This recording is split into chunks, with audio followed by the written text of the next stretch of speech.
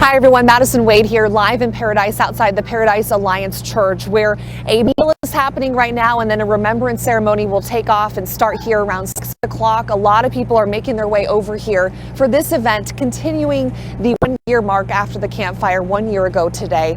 Earlier today, though, a beautiful sculpture was set up. It's called the Key Phoenix, made up of house keys of homes that burned 1 year ago. I want to let you give you a look at that sculpture so you can see and hear from the artist behind it. Wow, Paradise is so awesome. Yes, yes.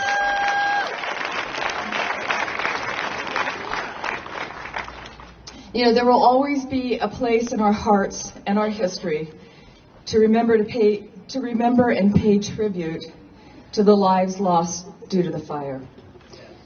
We also deeply mourn the loss of our homes, our businesses, the structures that contained our stuff and our lives.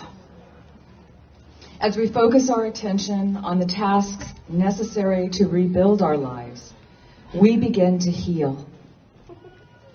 And as we heal, we feel ourselves rising from the ashes like the mythical phoenix. As most of you know, the phoenix was a fabled bird of great beauty who lived for 500 years, then died in fire, and rose from the ashes with the freshness of youth to live again for another 500 years. And if that's not paradise, I don't know what is.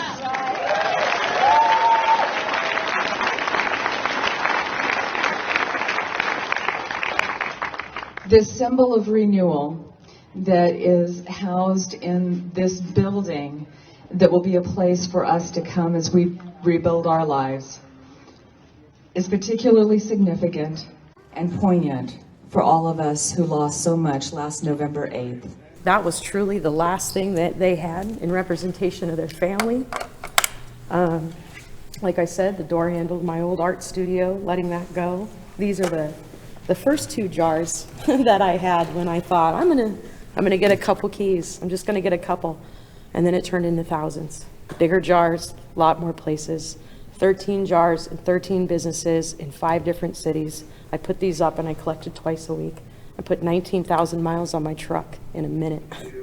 The burnt keys lie at the base because I want us to break forward from that. Yeah. I wanted it to resemble exactly like it was when I built it in a tiny apartment room. This is all the space I had, so kind of breaking apart all our chains and what separated us and letting that go and shed into bringing us together and united. All the personalized keys, making out some of the details to try and make this look joyful as much as I could, even though it's ridden with sorrow and memory. But even you just look at one in Paradise Elementary School. We lost that school, but I get to work with those kids every day as an art therapist. It's beautiful.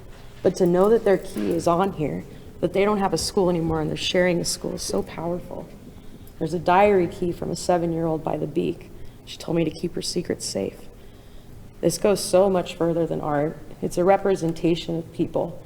People's first proms, leaving the door, people opening the door for their kids to put lemonade stands, Thanksgiving meals shared. There's so much depth to each key and its legacy, generationally or individually.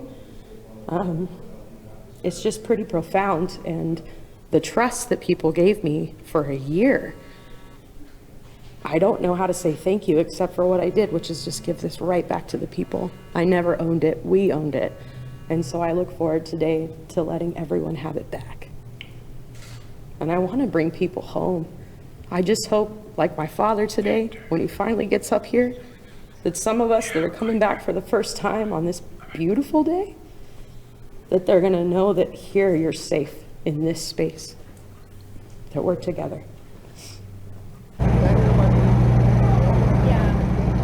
It is a beautiful sculpture, and that is on display at the new Building Resiliency Center on Skyway in Paradise, a hub for so many people who want to rebuild. Now, we know a year ago, this town had to escape quickly. So many people ran for their lives. The streets were clogged up. We have a look back at escaping Paradise. Here's Brandon Ritteman.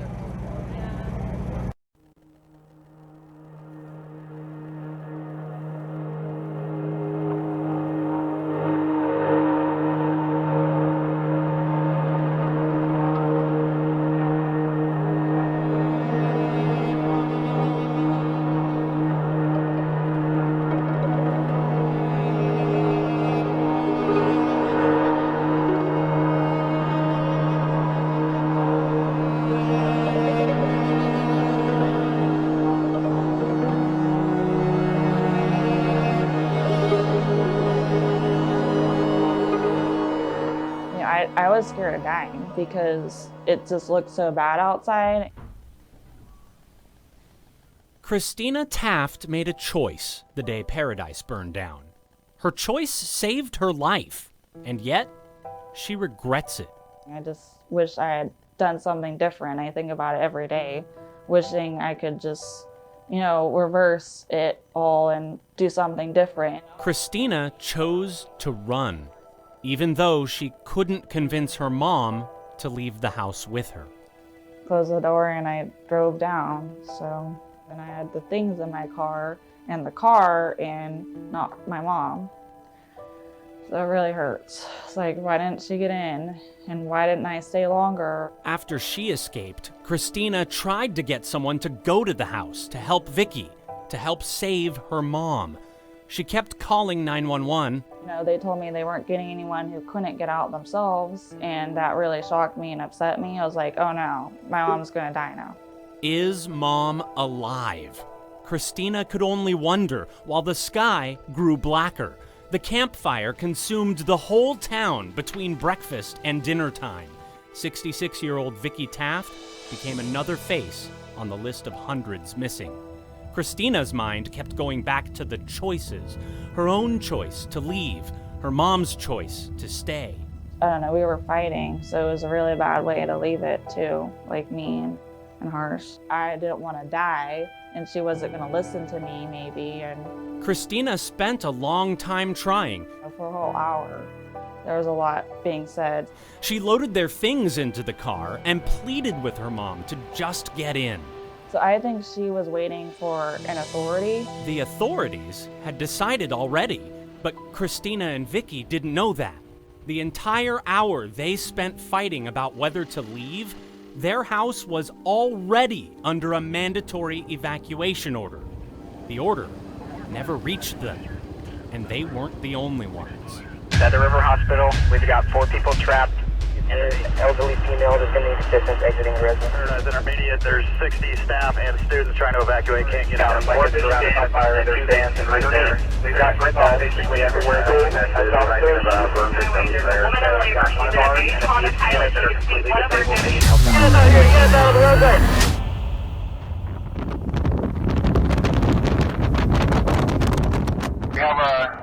eyes on the vegetation fire. It's going to be very difficult access. Camp Creek Road is nearly inaccessible. The fire started just before sunrise in a canyon about 8 miles from Paradise. They called it the campfire because it started on Camp Creek Road, a scraggly dirt service road beneath the high-tension power lines that wasn't much use to fire crews. They couldn't get to the first flames in time to put them out.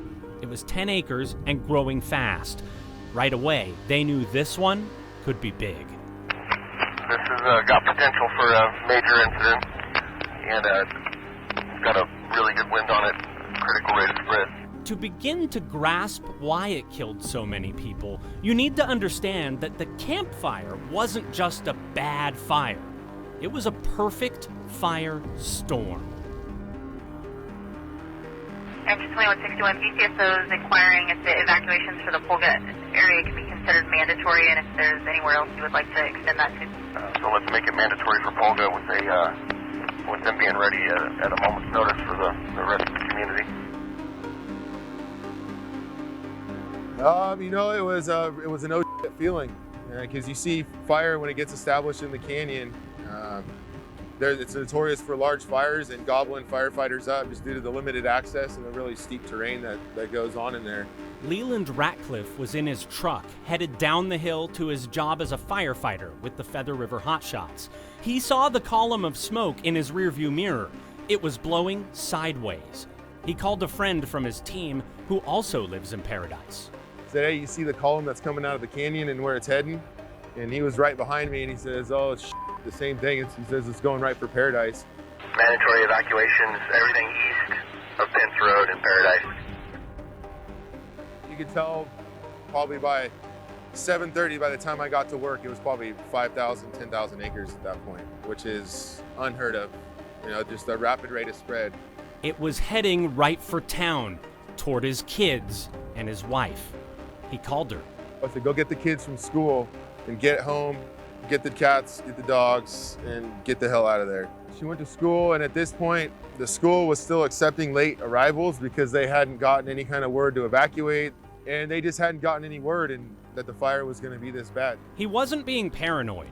Leland's training and experience told him exactly what that black column of smoke was doing as it blew sideways.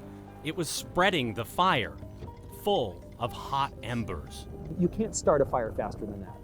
You know, starting it at the base of a dry hill on a really high wind that's blowing it up the hill, that's the fastest fire is going to move, right? And at the top of the hill, that wind is catching the embers off the trees and just throwing them out miles ahead of the fire.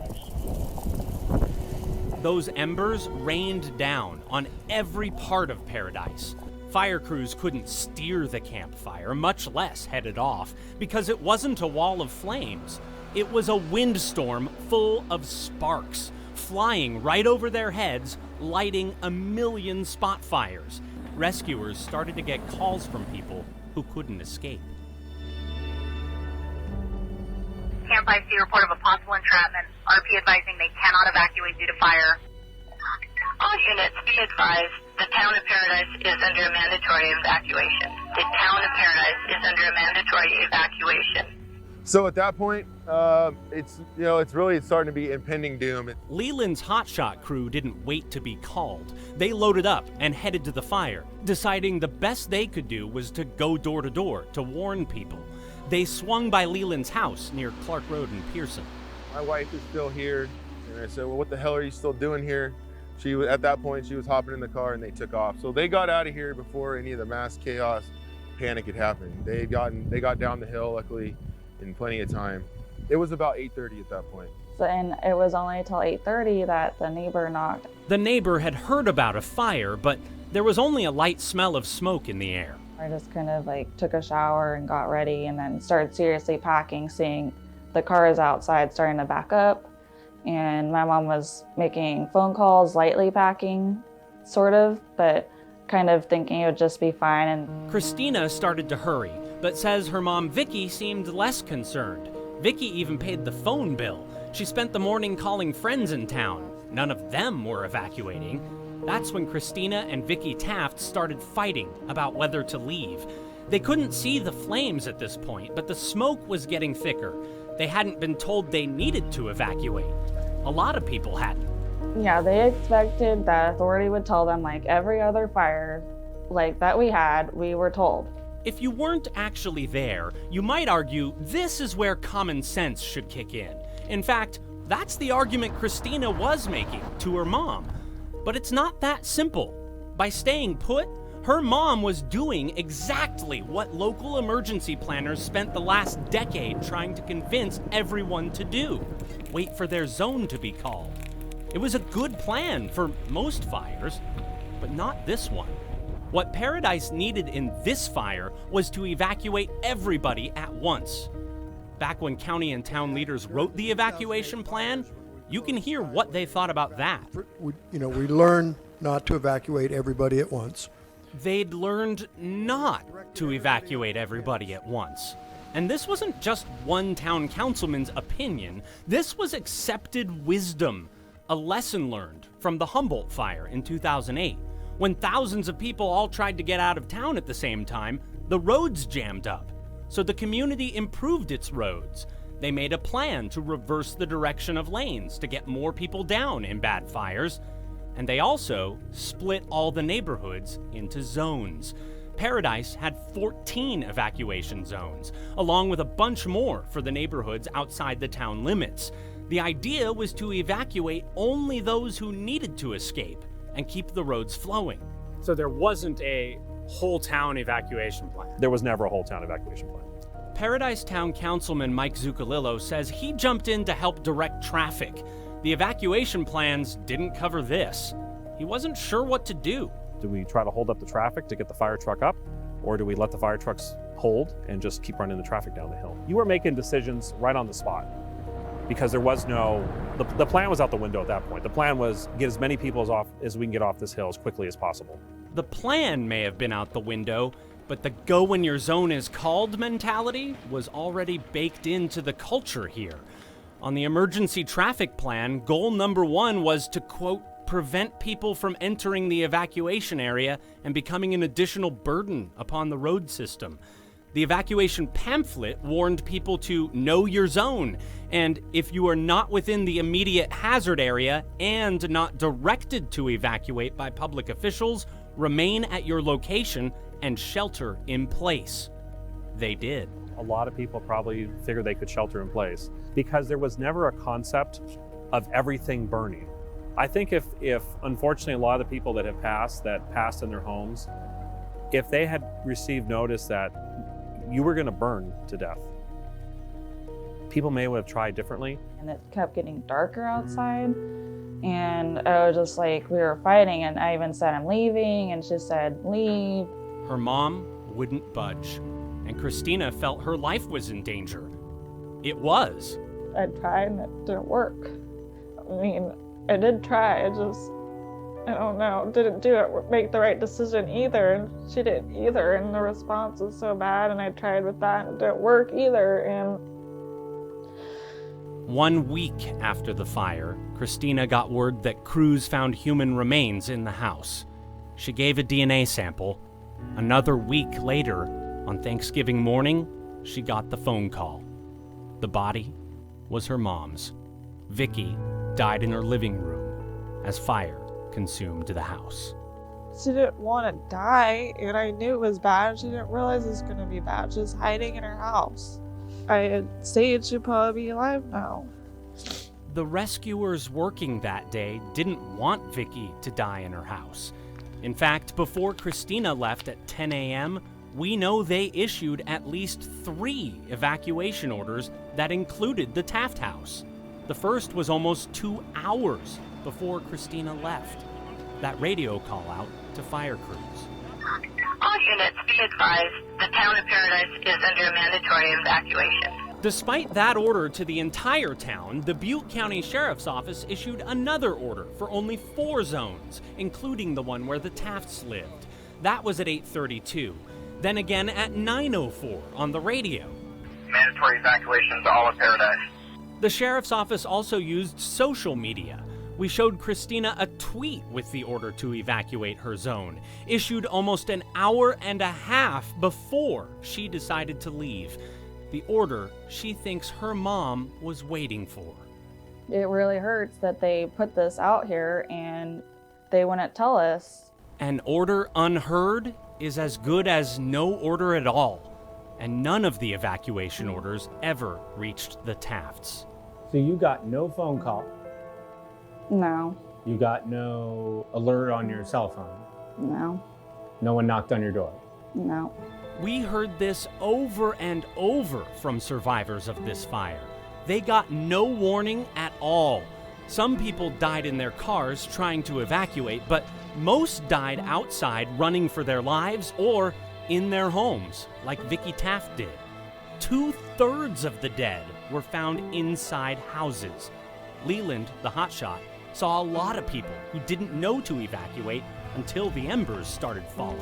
Grandmas on the side of the road that were just, barely able to make it up the side of the road. 15-year-old kids that didn't know where to go, just started throwing people in the truck. Masses of people didn't know to go for a couple of reasons. First, there simply weren't enough rescuers in Paradise that morning to go to every street to warn people.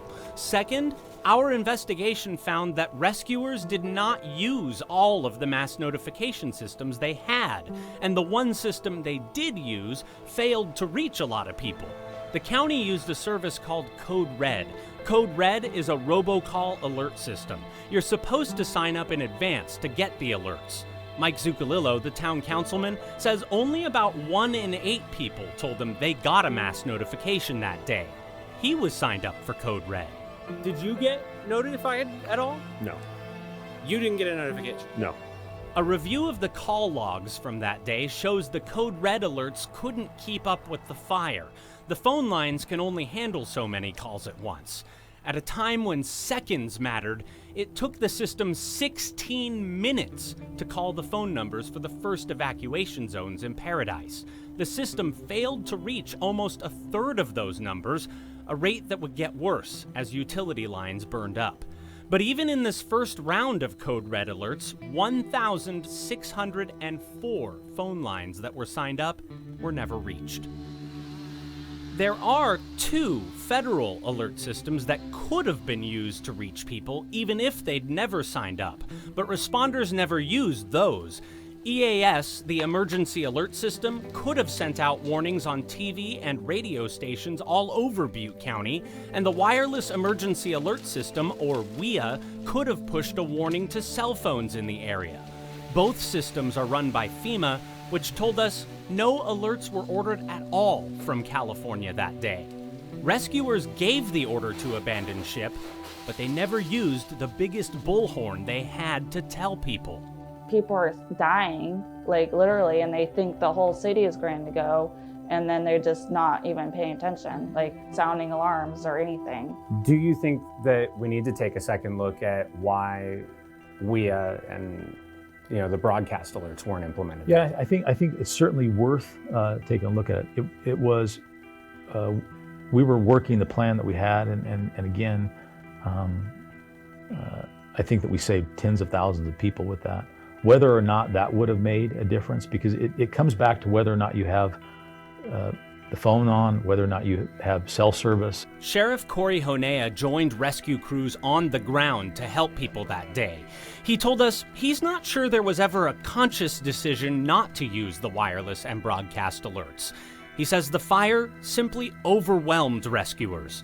And I would submit to you that there's probably not a single jurisdiction in California, or for that matter, probably in this country, that has the capacity to evacuate the entire population at one time so quickly. Still, he acknowledges the warnings didn't reach everyone who needed them, which means everyone here will have to live with an uncomfortable question. If there were a plan for the worst possible firestorm, how many of our friends and neighbors could have been saved? No one ever came to us and said, you know what, you could have a town-wide evacuation and you could lose everything in town. No one ever told us that. Fire scientists are surprised at the high death toll of this fire, but they've worried for some time that a fire just like this one could burn an entire town down. And the danger gets worse each year. There are hundreds of towns in the Sierra Nevada that are in areas that are, realistically just as risky fire-wise as the situation was in Paradise. And there's some dice being rolled. If there's one takeaway you could tell the 100 other foothill towns that could be in the same danger as you, it could happen. I mean, to date, this is the worst tragedy that's ever happened. I hope I'm the last person that says that. I hope there's not another town. Paradise had its own vulnerabilities. 1 in 5 people had a disability there. 1 in 4 were over 65, rates much higher than the state average. In hindsight, leaders are looking at warning options that they didn't have before. Air raid horns, similar they do like tornado horns. Yeah. Maybe that's more of a concept up here because, we did have a more elderly population. And I think that's something that going forward would be a good idea. The one problem that you have to consider, because we've thought a lot about this. People need to know what it means. They need to know what it means. Because at 3 o'clock in the morning when the air raid siren goes off, well, what does that mean? It's just one example of the things Paradise and communities like it might consider as they look at how to plan for the next perfect storm. We can't prevent every fire. Sparks happen, but no one thinks a spark should kill this many people. It was wrong. It was up to me to help her, and I didn't. I left earlier. I have to live with that decision forever. Christina Taft carries a heavy burden. She calls herself a coward for not waiting longer. That's not really fair when you consider the fact that some people burned in their cars trying to escape down the wrong road at the wrong time. But the heart can't always be comforted by things the brain knows. There is some comfort, though, in an honest conversation about why this fire took the lives it did.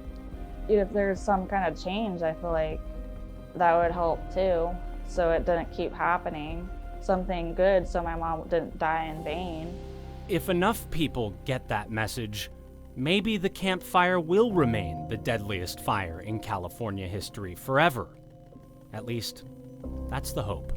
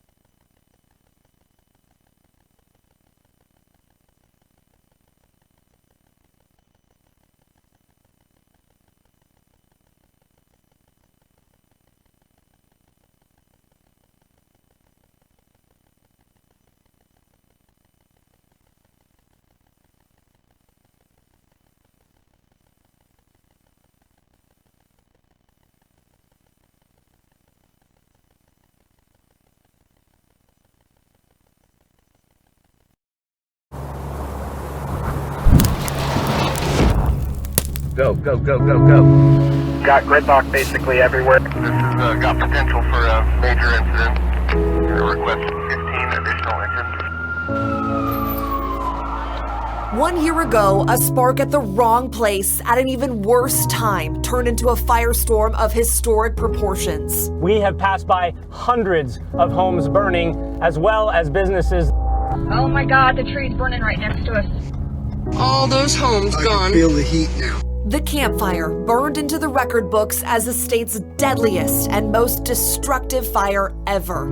The town of Paradise was lost in just hours, along with Concal, Magalia, and the neighborhoods around them. 85 dead, more than 14,000 homes gone. An entire community burned to the ground.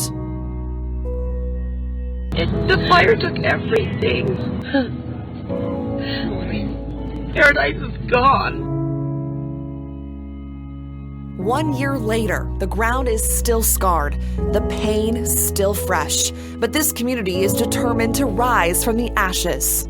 Seeing what they are accomplishing every single day, more lots cleared, it makes you feel like, it's happening. So people moving on, it's not going to be the same, the town isn't going to be what it was.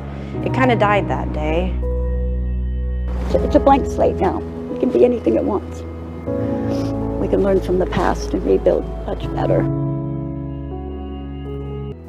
It's home. It's home. I couldn't imagine going anywhere else and starting over. You're watching the ABC 10 News at 5. I'm Chris Thomas. Madison Wade is in Paradise tonight, anchoring our team coverage as we mark 1 year since the devastating Camp Fire. And Madison today has been about remembering, but I know also about the rebuilding and recovery process. Chris, good evening. Absolutely. What a touching day it has been being up here in Paradise, talking to so many fire survivors as they really are taking this day to remember what happened 1 year ago today, to this very moment, what they were doing 1 year ago and how far they've come in this journey of rebuilding and focusing on resilience. We are here at the Paradise Alliance Church tonight where a community meal is happening. Dinner is being served just behind me. World Central Kitchen is a nonprofit that has come up to Paradise several times. Tonight, they are donating 3,000 meals to people up here who are fire survivors. It's lovely talking to so many people tonight who really have been on this journey from the day one of November 8th. And now we want to take you back to what happened earlier today, too, at the Building Resiliency Center, a new place that is opened up for people who are looking to rebuild and call Paradise home again. Earlier today, there was 85 seconds of silence for the 85 people who did not survive this fire. It was incredibly touching as the entire town was silent for these 85 victims. Also, we know the Butte County Sheriff, they radio silenced their radios as well for 85 seconds. This all happened at 11:08 this afternoon, or this morning rather. So we were talking about talking to people who were during that moment of silence for them. And then also inside of the Building Resiliency Center, there was the Key Phoenix sculpture that was unveiled. Now, this sculpture is beautiful. It was donated from the victims of Camp Fire. These keys were from homes that did not survive the fire. We're talking about more than 14,000. And then on the wings of this sculpture, those keys belong to the 85 fire victims. It really is something to see, and a lot of people were walking through the center, taking photos, capturing this to share with their loved ones as well. The Phoenix is rising from the ashes. That is the message there. We talked to the Chico artist Jessie Mercer behind this beautiful piece of art. She says that she thought about this for a long time of what was going to go into making this. Here's what she told us. It's sitting on an electrical wire spool, but it's sitting on top of that. So it's us moving on, moving upwards from our pain and our sorrow, because we need to understand that we have both anger and sadness during this, but that we're on top. We're moving on. We're flying forward. An incredible message there, and that really is the message here tonight, Chris. So many people are looking forward, looking to the future. The city wants people to know this town is rebuilding. They say, come on up, see what we have done in a year. We know just a handful of homes are up and occupied, but more than 300 permits are in the process of being rebuilt up here. A lot of businesses has opened as well. And so this Building Resiliency Center, I want to show you a little bit of what that looks like. This will be a place for people to have a one-stop shop when it comes to rebuilding. It'll be a place where there's going to be housing, counseling services. This building, in matter of fact, was donated by the town, by Bank of America. And city leaders today, they had a message to anyone asking and wondering if the town of Paradise will rebuild or if it even should rebuild. Here's what they said. Don't let anyone tell you we're not rebuilding. And you hear that. And I said, what's any different than what happened here in Paradise that happens in a hurricane, or that happens in a flood, or that happens in a twister, where you show up to your town days later and it's all gone? And I'm sure you get the same questions. Oh, should we rebuild? Oh, it's dangerous. That's what you look to. Because if they can do it, we can do it. It really is true. This town is full of rebuilding. There's construction on every single corner. You don't have to go far to find that, and you don't have to go far to find a story. Our John Bartella now joining us to talk about your story today. This bear here, this man is doing art as well to hopefully rebuild this town. Yeah, and as you know, that the trees here in Paradise, they are just very important to these people. And when they went up in that wildfire. It was really hard. So a local chainsaw artist decided to get to work out there and change some of those burned up trees into art. But he hasn't stopped here. He's been making a lot of these wooden sculptures. He hasn't stopped there. He's doing something else special. So take a look here. Every day, traffic gets a little busier. And the streets get a little louder. And there's like massive trucks going down the roads. Weird seeing actual cars going down the roads instead of the big trucks hauling everything away. Everywhere you look in Paradise, things are changing. People and businesses are coming back, and the scars from the campfire are slowly chipped away.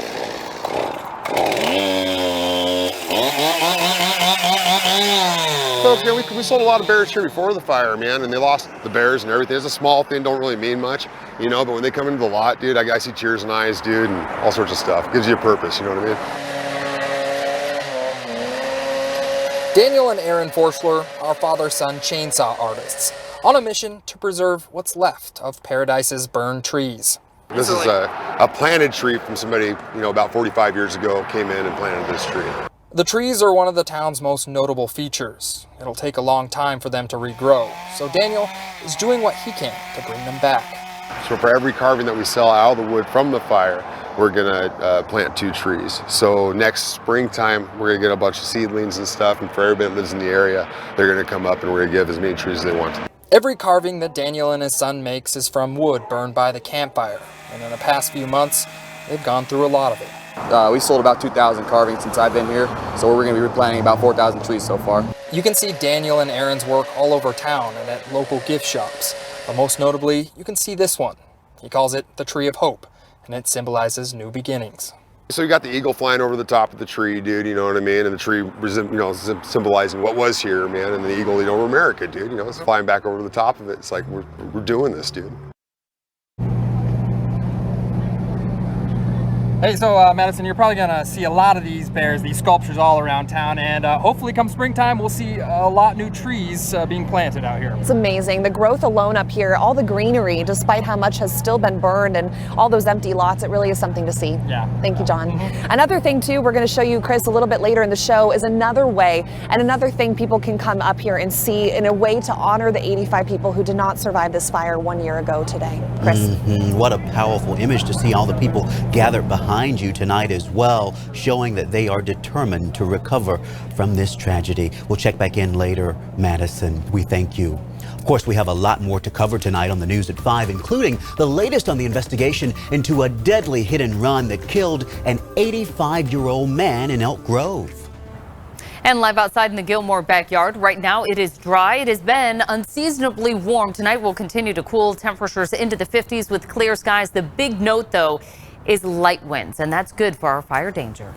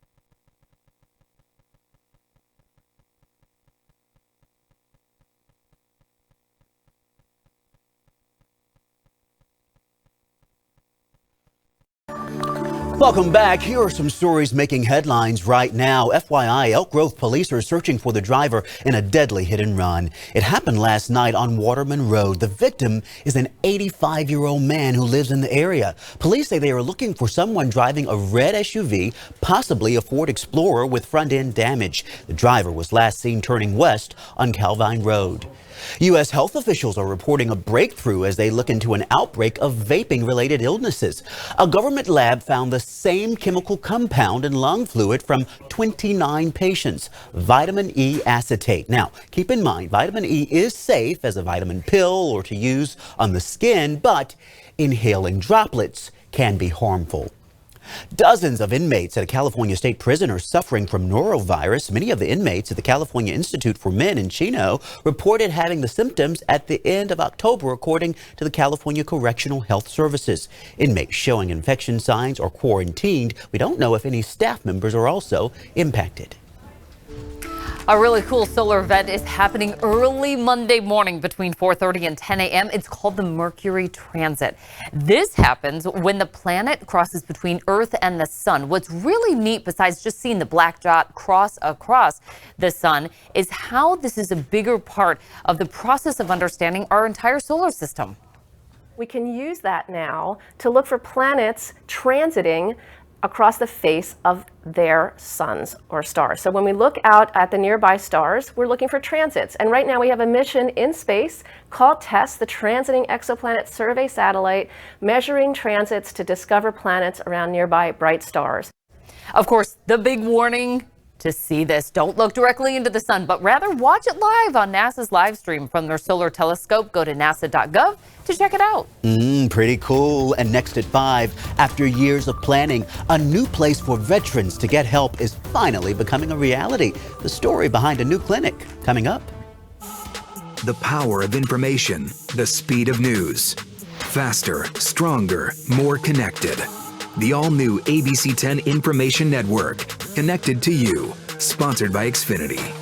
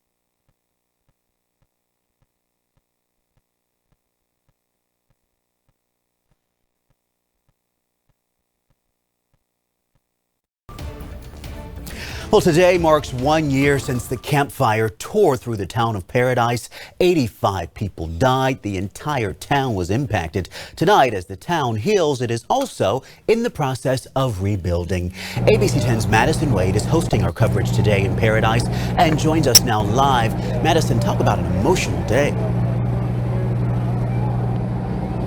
Chris, absolutely. An incredibly emotional day, but such a touching day. The focus is on resiliency and rebuilding the ridge. That is what is on the t-shirts here, the signs up here. So many people focused on the journey, the next part of their journey, now getting past the 1 year mark of the campfire. We are live outside the Paradise Alliance Church tonight, where there's going to be a memorial celebration, also remembrance ceremony happening tonight. Also, a community meal is happening behind me. More than 3,000 meals donated to fire survivors. It really, truly is an incredible day up here talking to so many people. We also want to show you this. The Skyway right now, one of the main roads in Paradise, is lined with flags. This is normally done for Veterans Day coming up on Monday, but there are now 85 flags to honor the 85 people who did not survive this fire. 85 American flags along the Skyway right now. It's a sense of community and determination to rebuild. Town was working on the rebuild pretty much right after the fire, and so was most of the community. Everybody jumped in, everybody got involved. It's been a lot tighter. I mean, come together. It's just been really nice to see what everybody's done with each other.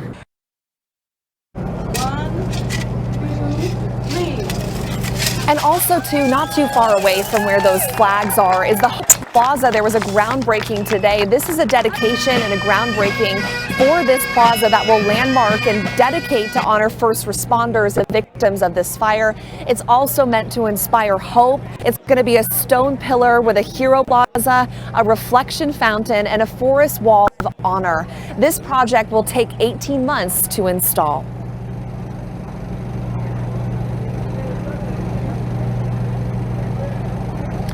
Sound. It wasn't trucks all day and Jake brakes, just that simple thing there. The sound of the traffic on the road that I've been living next to for 30 years.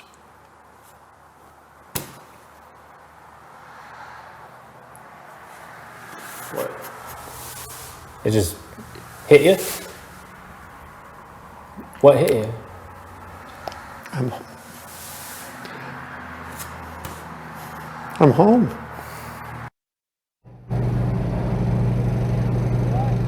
Home. His heartbreaking story truly is amazing. His story is just the beginning. Brandon Rinneman is sharing how this rebuilding effort is coming along up here in Paradise 1 year later. You can catch that story tonight at 6:30 on ABC 10, also on Late News tonight at 11. And Chris, it really is amazing to see so many people, so many fire survivors and families getting off of school and work and making their way over here to sit with other survivors, kind of reminiscing on what they've been through for this past year, asking people if they're rebuilding. It just is really awesome to talk to these people who have been through so much, and yet they're here tonight giving their hearts one more time to other people that they have not met before or maybe know from this entire journey. So also coming up tonight at 6, we're going to take you to this ceremony that's happening just at this Paradise Alliance Church. We're going to be talking with Ananda Rochita. She is going to be attending that for us. We'll have much more on the 1 year mark of the campfire coming up tonight, Chris. An evening of events planned. We'll be there live. Madison will check back in shortly. But listen to this. Improving lives for veterans. That was the headline today in French Camp. After years of town hall meetings, a new VA clinic will soon become a reality in the Stockton area. ABC 10's Kurt Rivera was there for the groundbreaking. Army veteran Brownie Elder wanted to see for herself the beginnings of a new VA clinic, years in the making. Started right here and seeing this process, it means a lot. Shovels in the ground, the new $143 million facility will be state-of-the-art. There's already a temporary Stockton VA clinic located in French Camp, but this one will be more than 10 times the size and will cater to an anticipated 25,000 veterans. This is a new method, a new way of doing healthcare, and our mental health will be embedded in the same clinic, so the mental health, primary care all comes to the veteran. One room. The biggest complaint I hear from veterans seeking medical treatment is the drive, driving to clinics in Palo Alto or Livermore. But soon, with this new clinic, the drive will be much shorter. I was just over at Livermore the other day. You know, it's an hour and a half drive just to go to Livermore. The veterans that's in San Joaquin County have to get on a bus at 7:30 in the morning to get to Livermore or to Palo Alto for like I said, for a 15-minute appointment, and they're there all day. Congressman Jerry McNerney worked more than a decade to get the federal funding to make a veterans health care commute a whole lot easier. And as I've been on a ride along with one of those veterans, it's a 4-hour drive in traffic. You got a short visit and you got a 4-hour drive back. It's just unacceptable. Construction is expected to be completed in 2 years. A new 80-bed veterans housing complex will be built nearby as well. Taking a live look outside on this Friday evening. After a warm afternoon, we see clear skies. Temperatures are cooled into the 60s, but still in the 70s for Marysville, Oroville, Stockton, and Modesto. Jackson also at 70 degrees. Right now we're at 48 for Truckee and South Lake Tahoe. Headed out to our game of the week, Lincoln at Edison in Stockton. Sunset was at 4:59, so now things really start to cool down at 7 o'clock for kickoff, 64 degrees. And then we're in the 50s for the rest of the game, and that's pretty much how things are going to be playing out here heading into tonight. Lows will be eventually dropping into the 40s. How about this shot at Mount Rainier from Gary? He was up there visiting. You can see the colors in the foreground and a little bit of snow up there on Mount Rainier. Weather Force at abc10.com or text us 916-321-3310. So maybe that makes us a little bit jealous that we haven't seen much in the way of rain or snow. We're going to be staying dry through early next week. And then we've got this chance of rain coming in by about Friday. Now the deal is it looks like for all intents and purposes, it is going to fizzle out by the time it reaches the valley. Could get out a few drops of rain, but overall not a big washout. We will cool temperatures down quite a bit, but staying dry for the most part. All right, highs in the 60s for tomorrow in the Sierra, 74 for Placerville. We're at 72 for Nevada City, Jackson at 76. 5-day forecast for the Tahoe Basin straight across the board. Variable clouds, no rain. Highs will be staying in the 60s. Lows will be staying in the 20s. Across the coast, we've got morning low clouds and fog and then afternoon sunshine. Inland areas, 81 for Fairfield. Travel farther inland towards the east here. Tracy up to 80, Lodi 79, Modesto 76. In general, morning lows will start off in the 40s. Afternoon highs will warm into the upper 70s to near 80. I know it's that time of year. You just have to dress in layers because we've got such varying conditions here. Highs will stay in the upper 70s through Monday for Veterans Day, and then cooler conditions, and still we'll track that slight chance of showers next Friday. Sounds good, Monica. Thank you. We continue to follow events in Paradise tonight, 1 year after the deadliest and most destructive fire in state history. We check back in with Madison after the break.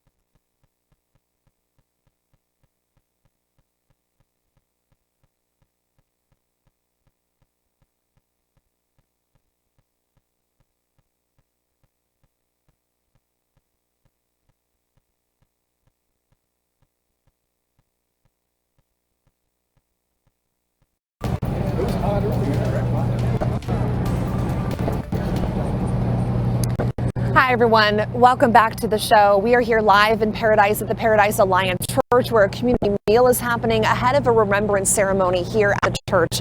You were taking a look behind me. I'm sure you can see so many people lining up for those meals. More than 3,000 of them donated free of charge for fire survivors all throughout the day. This has been going on from 2:30 to 6:30. Again, that is when the ceremony is going to be happening. Again, it's with World Central Kitchen. They have been up here several times during this entire year, but tonight really this is all about coming together as a community, having a meal ahead of this ceremony tonight.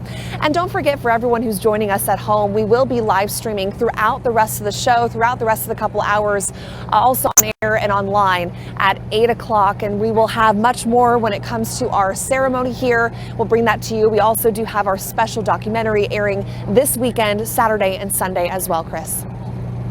Such moving coverage, Madison. We thank you for the live reporting, and we will be checking back in, of course, throughout the night here on ABC 10. The interesting thing is, Monica, the weather has been nice. Today was not a day where you had to deal with high winds and things of that nature. Right. It was still warm, and that was one of the contributing factors when we look back a year ago, is that we had warm conditions, dry conditions, and also just extreme wind. And that led to the high fire danger. For us locally, yes, we're staying warm, but no wind event on tap for us. We thank you for joining us. We'll see you at 6.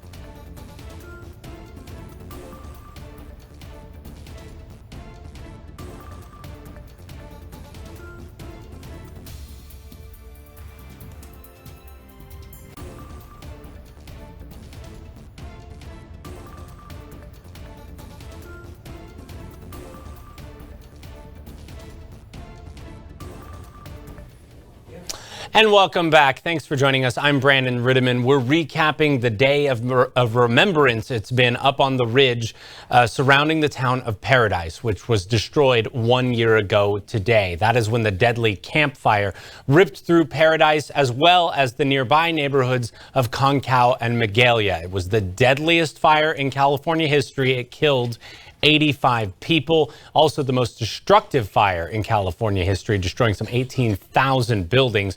We've seen ceremonies held throughout the day, and there are more to come. Earlier today, they held an 85-second moment of silence to remember the 85 victims who died. That was shortly after 11 this morning at the opening of a new resiliency center that is meant to be a clearinghouse for people to rebuild up there. That was the grand opening of the Building Resiliency Center, which included the unveiling of a Phoenix key sculpture. And when I say key sculpture, I mean it's a sculpture literally made out of the keys to the houses that burned down in the campfire. We want to show you that part of the ceremony, as well as our interview with the artist behind that sculpture. Wow, Paradise is so awesome. Yes, yes.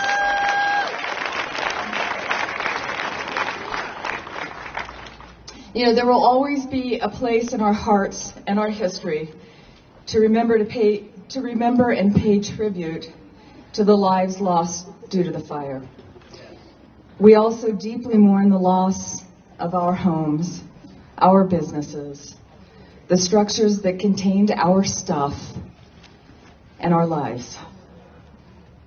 As we focus our attention on the tasks necessary to rebuild our lives, we begin to heal. And as we heal, we feel ourselves rising from the ashes like the mythical phoenix. As most of you know, the phoenix was a fabled bird of great beauty who lived for 500 years, then died in fire, and rose from the ashes with the freshness of youth to live again for another 500 years. And if that's not paradise, I don't know what is.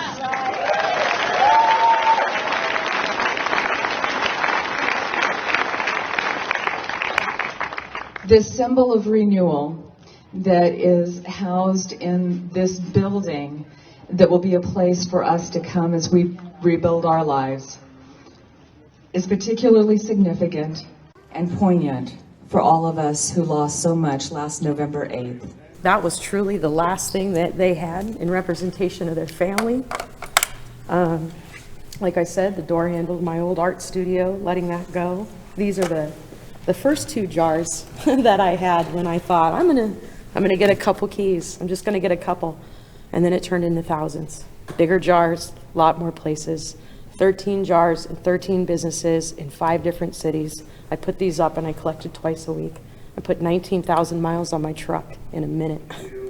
The burnt keys lie at the base because I want us to break forward from that. Yeah. I wanted it to resemble exactly like it was when I built it in a tiny apartment room. This is all the space I had, so kind of breaking apart all our chains and what separated us and letting that go and shed into bringing us together and united.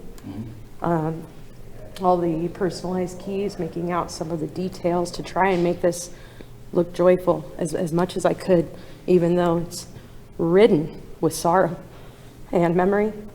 But even you just look at one in Paradise Elementary School. We lost that school, but I get to work with those kids every day as an art therapist. It's beautiful. But to know that their key is on here, that they don't have a school anymore and they're sharing a school is so powerful. There's a diary key from a 7-year-old by the Beak. She told me to keep her secrets safe. This goes so much further than art. It's a representation of people. People's first proms, leaving the door, people opening the door for their kids to put lemonade stands, Thanksgiving meals shared. There's so much depth to each key and its legacy, generationally or individually. It's just pretty profound. And the trust that people gave me for a year, I don't know how to say thank you except for what I did, which is just give this right back to the people. I never owned it, we owned it. And so I look forward today to letting everyone have it back. And I want to bring people home. I just hope, like my father today, when he finally gets up here, that some of us that are coming back for the first time on this beautiful day, that they're gonna know that here you're safe in this space, that we're together. Artists need vision and purpose, and plenty of both in that interview right there. We have more to come on this day of remembrance. Coming up at 6:30 tonight, in a little less than an hour, excuse me, there will be a ceremony at the Paradise Alliance Church, which we plan on bringing to you live. In the meantime, though, we've been spending a lot of time here at ABC 10 reflecting on the year that it's been and the road ahead for the town of Paradise. Here now, our special report.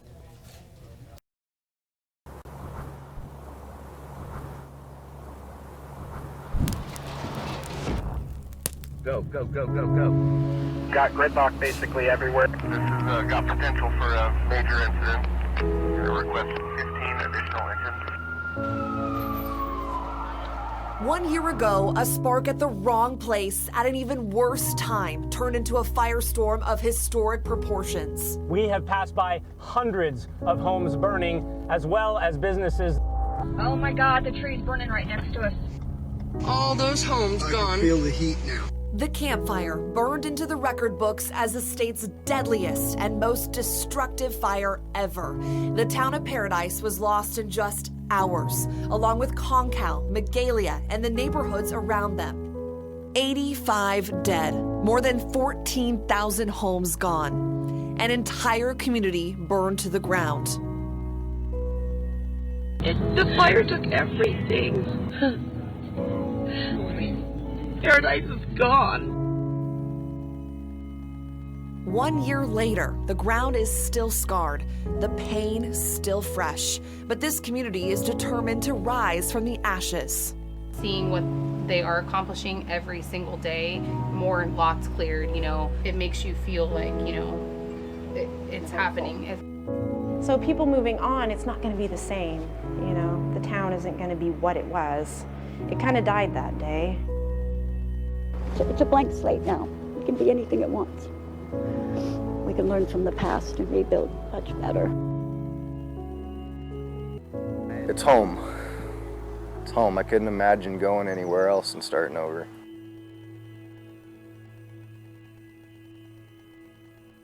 I'm Madison Wade. Tonight we are marking 1 year since the Camp Fire. This time last year, our reporters were on the ground as flames turned day to night, as first responders raced to get people to safety. And we have been there in the months since, sharing stories of loss, recovery, and hope. Tonight we want to show you Paradise as it is today, how survivors are healing, how they're rebuilding. But we begin by remembering the 85 people lost in the Camp Fire. They were grandfathers, grandmothers, fathers, mothers, brothers, and sisters. Most who died were found inside their homes. Many never got that message to leave. With 85 victims, there are so many families grieving the loss of their loved one tonight. We bring you one man's story, Julian Binstock. He died with his dog Jack together on November 8th, 1 year ago.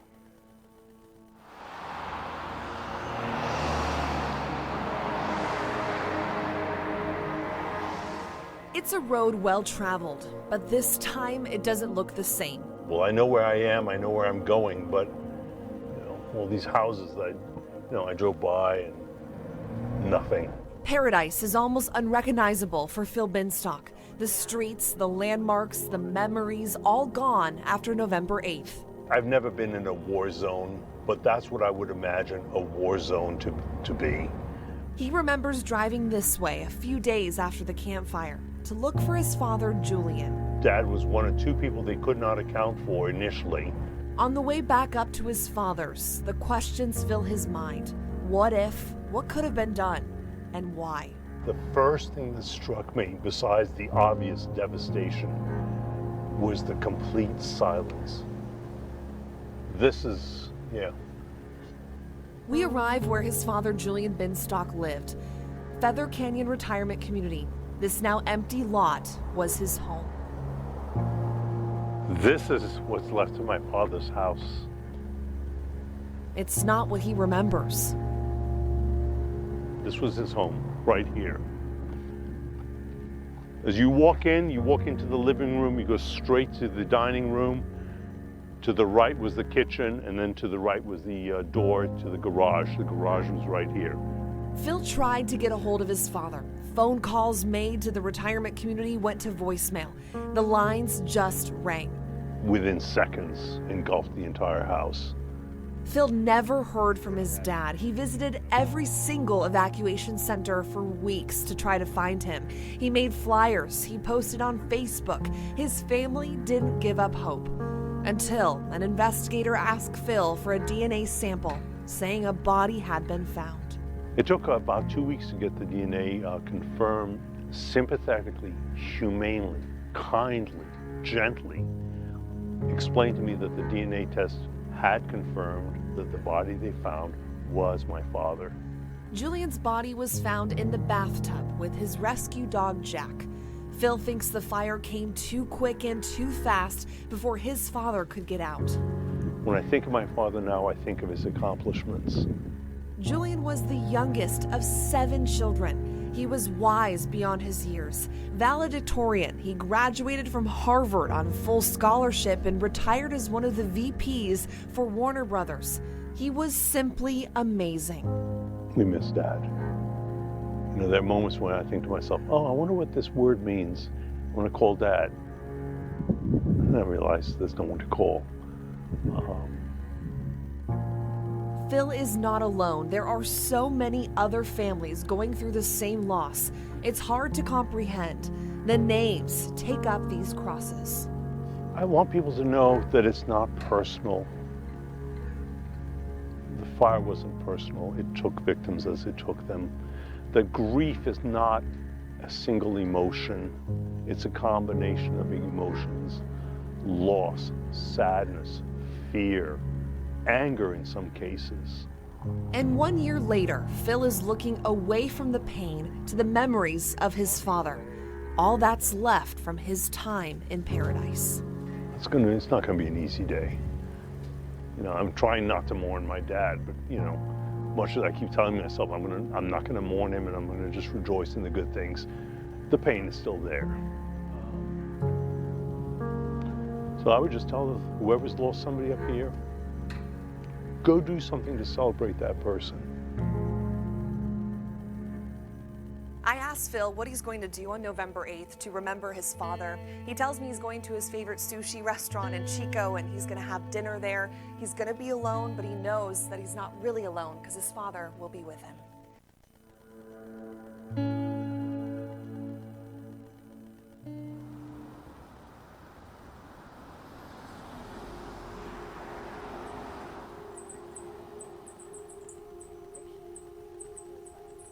We're still living in it every day. We still drive by our house. We still drive by our businesses. We still, I look where my animals were in that yard over there. I mean, and so that doesn't go away. In the campfire, Candace and Eric Seals lost the home they and his parents lived in. They lost their business, all their belongings, but they also endured a kind of loss impossible to quantify. Well, I lost my father in the fire too. He had a heart attack when my mom and my dad were evacuating. And I called my mom and she said, we're in the 4-bay parking lot in Oroville. And I said, well, we're gonna come. And she goes, no, everything's fine. The Rangers are here. They're looking after us. That next morning, I got a call from my mom saying my dad had passed in the parking lot. Both Eric and his father are veterans. He was the only person Eric could talk to about the horrors of war and their lasting impacts, which he said the fire brought right back. And I actually, I have some trauma from the Persian Gulf when I was out there. And it's fire related. I had PTSD from that, and I pretty much ignored it my whole life. And then the same thing happened here. I was trapped. I came to go get my dad. I couldn't leave. Both the main roads out of town were blocked, so I just stayed here and fought the fire. Grieving his father, without a home, his PTSD triggered, and living in an also traumatized community, Eric says one day he just lost his grip. There's not like a lot of signs. It's one day, total meltdown. I don't know, it's like a explosion, just a bomb went off. And then that was it. Completely checked out.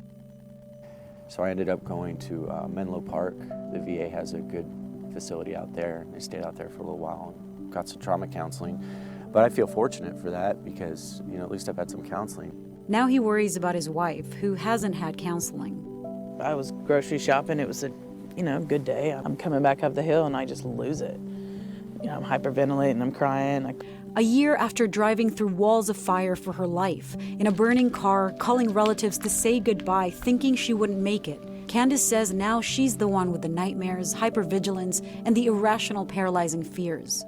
Overwhelming, small things are hard. It's nothing, but it feels like everything. I mean, and that is trauma. That's the result of trauma. At 211, operators witness a similar pattern among survivors who call in. And a lot of things are moving now into recovery mode, and some people just aren't there yet. There's people that I believe are just now starting to be able to think through things, and it's almost a year later thinking about how to move forward. People are calling it, trauma brain. You spent 45 years building a life, and then you get handed this.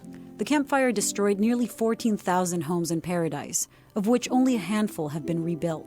There are federal, state, city, and nonprofit programs to cover the basic needs of survivors. But in a traumatized Paradise, in a state with an ever-increasing number of climate catastrophes destroying homes and taking lives, mental health services are hard to come by. They have the trauma of having lived through it, and now they have the trauma of trying to rebuild through it or make their way through it. And it's almost as traumatizing for some people to try and navigate this entire system.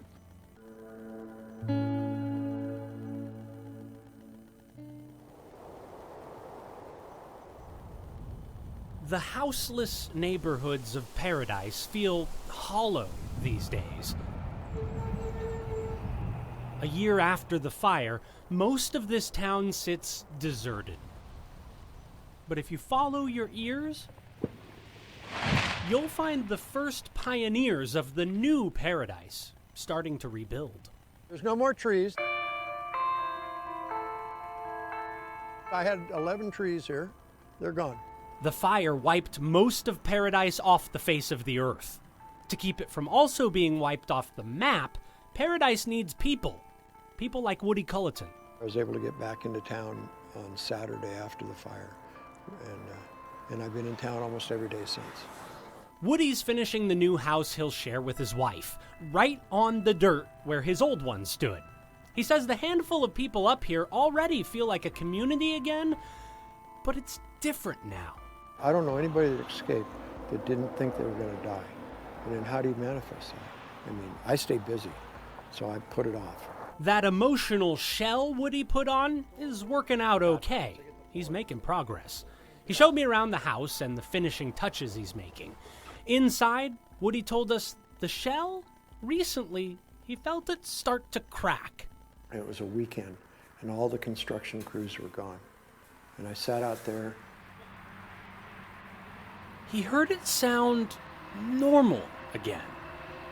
That's sound. It wasn't trucks all day and Jake brakes, just that simple thing there. The sound of the traffic on the road that I've been living next to for 30 years.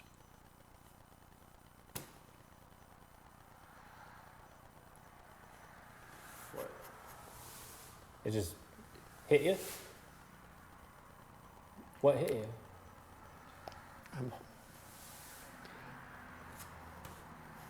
I'm home.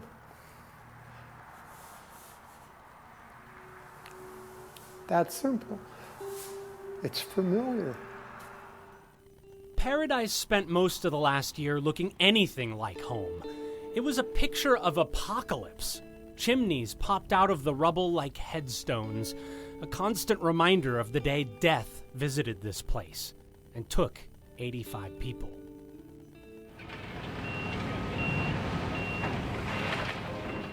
I mean, we lost everything. We lost 95% of every house, every business. The fire burned 18,000 buildings. A year later, almost all of them look like they've been erased, past their foundations, down to bare dirt. Most of Paradise looks like what it is, a giant construction job with no set start date. How long is it going to be before this is functionally a neighborhood again? I think in about 5 years, I would see us as a functional neighborhood. Town Councilman Mike Zuccolillo knows plenty of people still waiting to decide what to do with their empty lots. But he also knows a huge chunk of Paradise's population simply isn't coming back.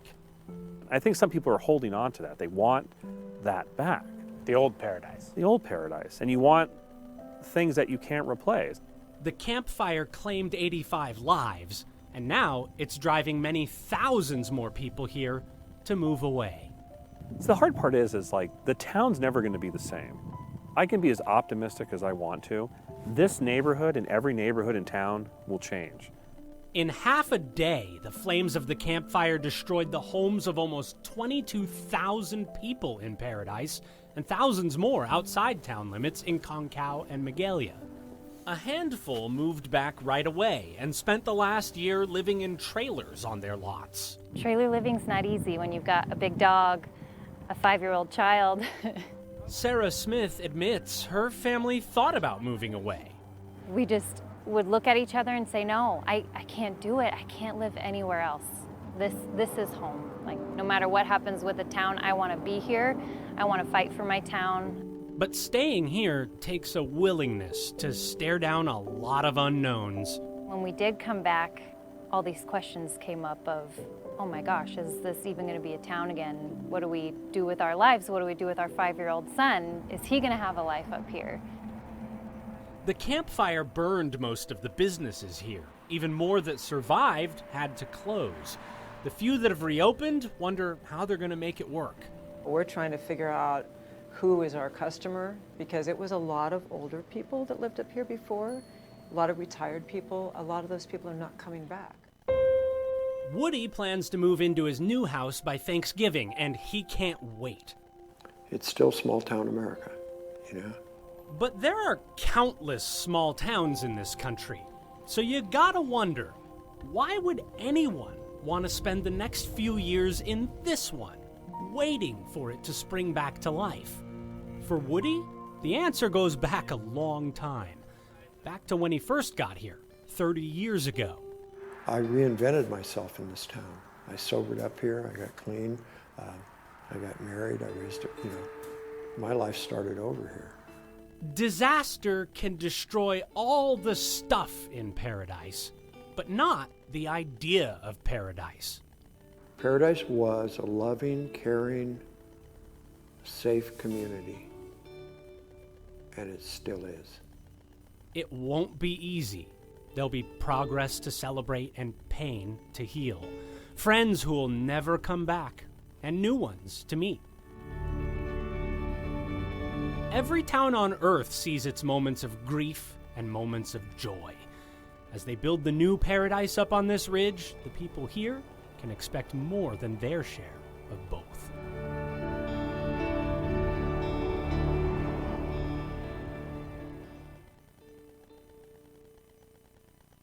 One year after the campfire, so much has changed. Paradise is rebuilding, survivors are healing, trying to find their new normal. We will continue to tell these stories of recovery and resilience, but tonight we want to bring your focus back to the lives we lost, and we leave you with their names.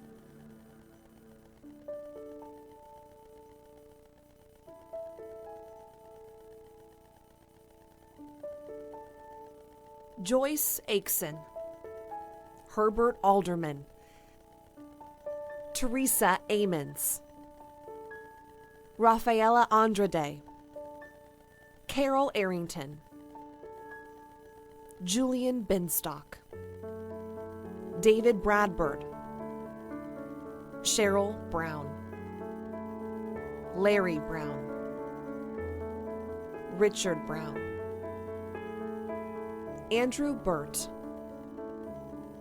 Joanne Cotty, Barbara Carlson, Vincent Carota, Dennis Clark Jr.,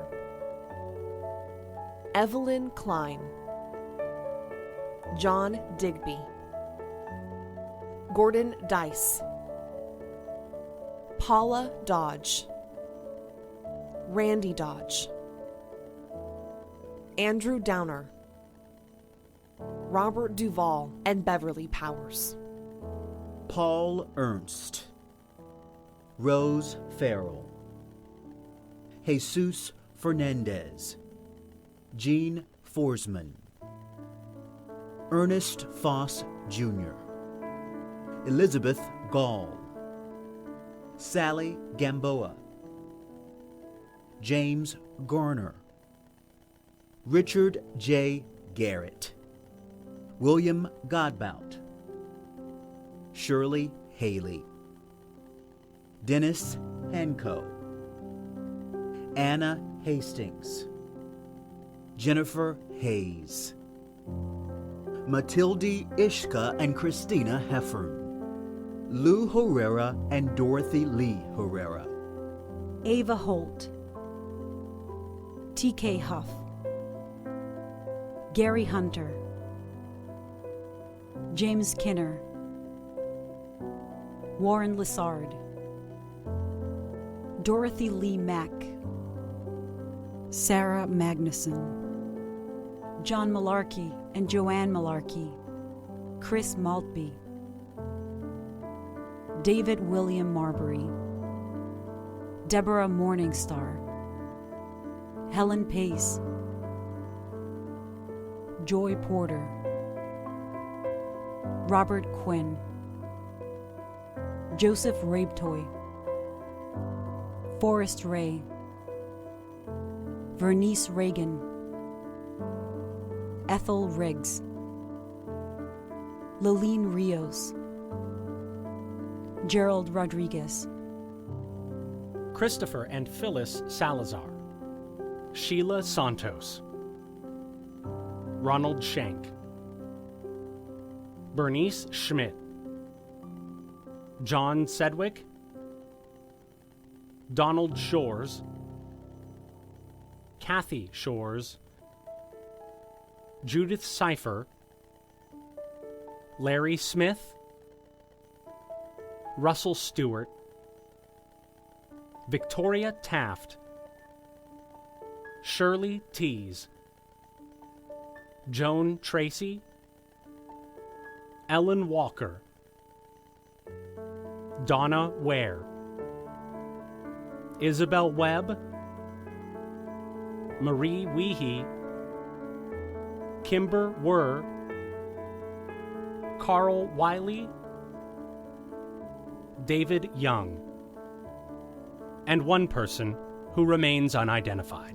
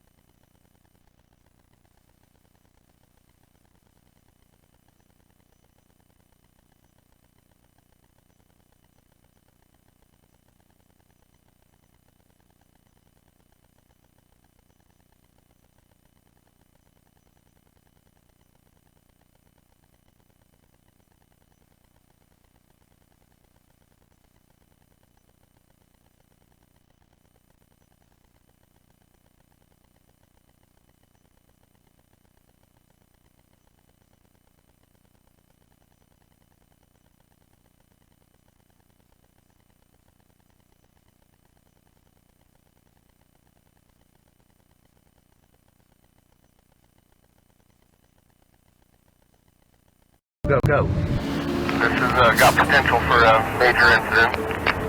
Request 15 additional engines. Tonight on the ABC 10 News at 6, 1 year ago, the Camp Fire burned into the record books as the state's deadliest and most destructive fire ever. We have passed by hundreds of homes burning, as well as businesses. Oh my God, the tree's burning right next to us. All those homes gone. I can feel the heat now. 1 year later, the ground is still scarred, the pain still fresh. But tonight, a look at how the community is recovering. So people moving on, it's not going to be the same. You know, the town isn't going to be what it was. It kind of died that day. It's a blank slate now. It can be anything it wants. We can learn from the past and rebuild much better. The ABC 10 News at 6 starts right now. Good evening, I'm Chris Thomas. Thanks for joining us. Tonight marks 1 year since the Camp Fire, the deadliest and most destructive fire in state history. Several towns in Butte County were impacted. 85 people died. More than 14,000 homes were lost. The fire moved so fast, some people had to leave their cars and run to safety. But despite the devastation tonight, 1 year later, the community is recovering. ABC 10's Madison Wade has been live in Paradise all day. In Madison, several events are now underway. Absolutely, Chris. We have been live in Paradise all day talking to so many fire survivors, also families of fire victims, those who did not survive, 85 people who died 1 year ago tonight. Tonight is all about that, remembering those lives, honoring the journey that has been happening this past year for so many people.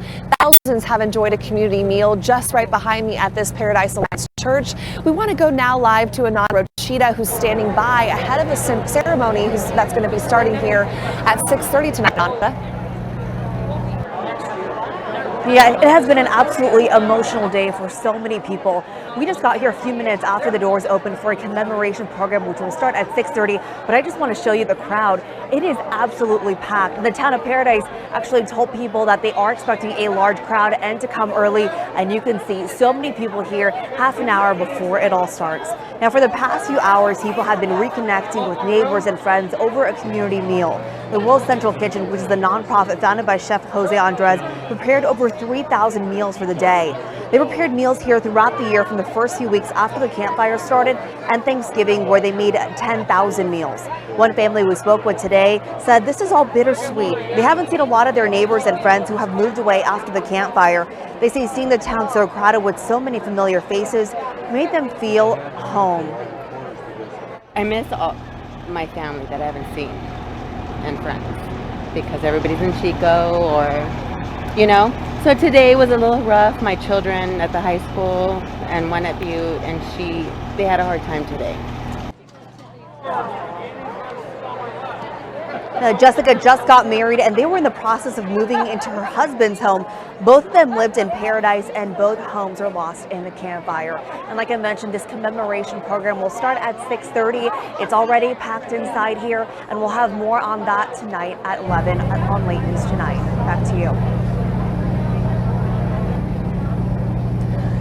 Ananda, thank you so much. And again, as we've been saying, there have been events happening all day long. 85 seconds of silence for the 85 people who did not survive this devastating fire 1 year ago today. Here's a look back at what happened earlier today to honor those who are no longer here and to remember the journey those who survived have had this past year. Looking back on a day that took so much from this town. I think the only way to describe this is the worst case scenario was visited upon this community, and it immediately outpaced all of our resources, all of the reasonable planning that had been done. As I tell people, you know, we were being outrun by that fire before we even knew we were in a race. The focus exactly 1 year later remains on rebuilding with resiliency. And I mean the world. This is what happens when people come together and say no fire is going to keep us from rebuilding. Outside the brand new Building Resiliency Center in Paradise, town leaders reiterated how strong this community is. And I'm sure you get the same questions. Oh, should we rebuild? Oh, it's dangerous. That's what you look to. Because if they can do it, we can do it. This center will serve anyone who is looking to rebuild. It's a one-stop shop for the process and will help thousands of families. Inside, an emotional tribute to the survivors and the 85 people who died. This Phoenix sculpture is made of thousands of house keys belonging to homes that burned 1 year ago. The wings are made from the house keys that belong to the 85 people who died. It's sitting on an electrical wire spool, but it's sitting on top of that. So it's us moving on, moving upwards from our pain and our sorrow. Fire survivors captured the moment, each one feeling the deep connection to rise from the ashes. And silence. 85 seconds for each life lost. And down the street, a groundbreaking for Hope Plaza, a place to remember the 85 people lost and reflect on what happened here and how the community is coming together to heal. For many, this day is traumatic, but the sense of community is stronger than the loss. Our community needs support. We have a long road ahead of us, and the fact that everybody's tuning in and watching and paying attention means a lot.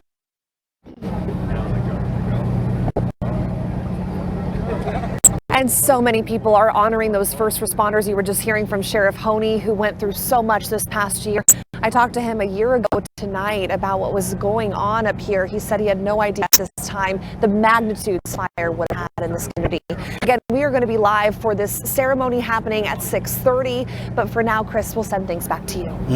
Indeed, a day and night of events planned. We'll bring that all to you all live. We thank you, Madison. We'll check back in shortly. Keep in mind, more than 14,000 homes were destroyed by the fire in Butte County. And listen to this, 90% of the destroyed homes were in the town of Paradise. Most people moved to Chico and Oroville. As a matter of fact, the fire made Chico the fastest growing city in the state last year, adding more than 19,000 people to the population. Again, we'll have more team coverage later in the show, but I want to get over to Monica now for a look at the weekend weather forecast. Okay, so we're wrapping up this Friday with cooler conditions, obviously, after sunset, which is now just before 5 o'clock. We've cooled into the 60s after hitting highs close to 80 again today. 43 degrees right now for Tahoe. Here's those afternoon highs, and you can see up and down the valley, upper 70s to near 80. Fairfield again over the 80-degree mark at 83 degrees, close to 80 for the foothills, and for South Lake Tahoe, 63. Truckee, that's not correct. They did not reach a high of 84. All right, across the board, again, mostly sunny skies, a near repeat of what we had for today and really for the past several days. So the big question remains, all this activity in the Pacific, will it finally reach us, bring us a break in this weather pattern and the chance for rain? I've got it mapped out, and I'll dig a little bit deeper into the timeline and how likely it is that we'll get some of that rain, Chris. Sounds good, Monica. Thank you. New tonight, Sacramento police have arrested an 18-year-old and a 21-year-old in connection to a double homicide over the weekend. They say they were able to track down the two men thanks to witnesses. And take a look. The double homicide happened just before 7:30 on Sunday night. It was near the intersection of Northgate Boulevard and Wisconsin Avenue. Two men were shot and killed. Police say this appears to be an isolated incident. A Sacramento CHP officer is recovering from injuries after ramming into a car to stop a driver going the wrong way. It happened early yesterday morning in the eastbound lanes of Highway 50 at Zinfandel Drive. Two patrol cars were involved in the crash. The driver was taken into custody for DUI. And tonight, Elk Grove police are looking for the person who hit and killed 85-year-old Edward Vignesignor. It happened last night in Elk Grove. Witnesses say they saw a red SUV with front-end damage leave the scene. The area near Waterman and Sheldon Roads was closed for hours. Police say the suspect drove off onto Calvine Road. If you have any information, please call police. Seeing what they are accomplishing every single day, more lots cleared, it makes you feel like, it's happening. Our team coverage marking 1 year since the state's deadliest and most destructive fire ever continues with a look at true resilience and determination. Plus, this is a new method, a new way of doing healthcare. We are in Stockton, where the U.S. Army Corps of Engineers is breaking ground on a major new development to help our veterans. A really cool solar event happening Monday. It's the Mercury Transit. I'll let you know the best time to see it. You're watching the ABC 10 News at 6.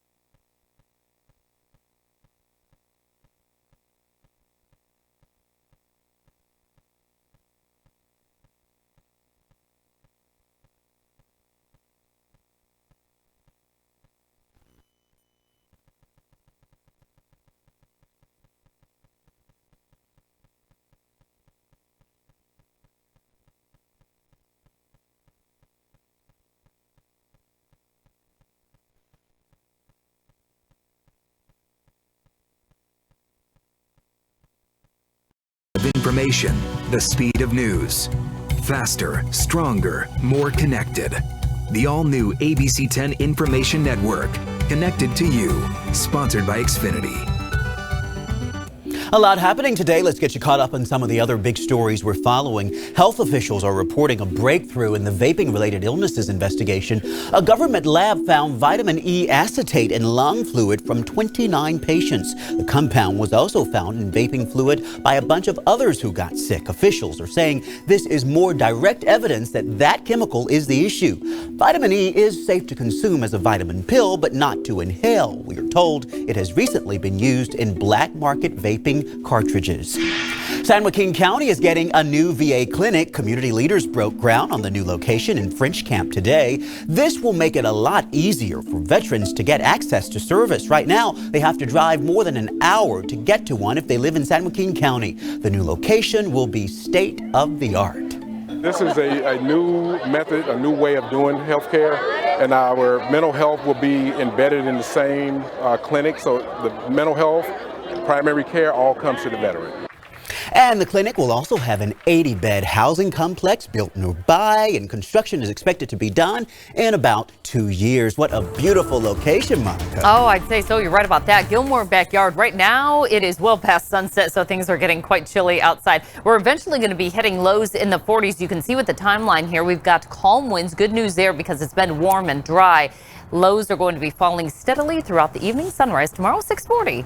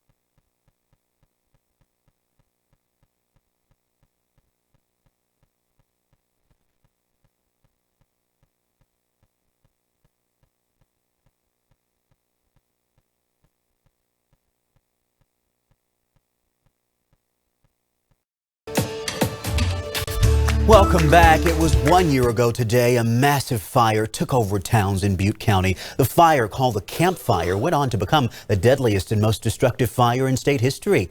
Believe it or not, this video was shot by our crews in the middle of the day. Yes, the fire turned day tonight. It started early in the morning on November 8th, 2018. Within hours, Concal, Magalia, and the town of Paradise were all just devastated. ABC 10's Madison Wade has been live in Paradise all day. And Madison, tonight, we are focusing on the rebuilding process. Absolutely, Chris. The rebuilding process is well underway here. City leaders are inviting people to come up to Paradise to see how far they've come in just 1 year since the campfire started 1 year ago tonight. In just a couple minutes, a remembrance and ceremony is going to happen at this Paradise Alliance Church just right behind me. We do know that the crowds are already forming. There's a lot of people finding seats in there. This is going to be a ceremony to remember the 85 people who did not survive this campfire 1 year ago today. And we want to show you this too. A very touching tribute happened earlier today on a main road in Paradise. Take a look at this video of the 85 flags being shown here. Normally this is for Veterans Day, which is happening on Monday, but now there's going to be 85 flags for the 85 people who are no longer alive after the campfire. It really is so touching to see, and a lot of people have been stopping to take pictures and look at that as well. It's just been a really touching day up here, talking to so many people who survived this fire, who are now back up in Paradise, visiting their friends and neighbors as well. And you don't go far up here in Paradise to find a really awesome story. I want to bring in now John Bartell, who has been up in Paradise a lot. You were here a year ago today. It has changed just immensely while it's been up, and really so the people they've really stuck together up here. And like one of the things that makes Paradise right. Other than people is all the trees around here.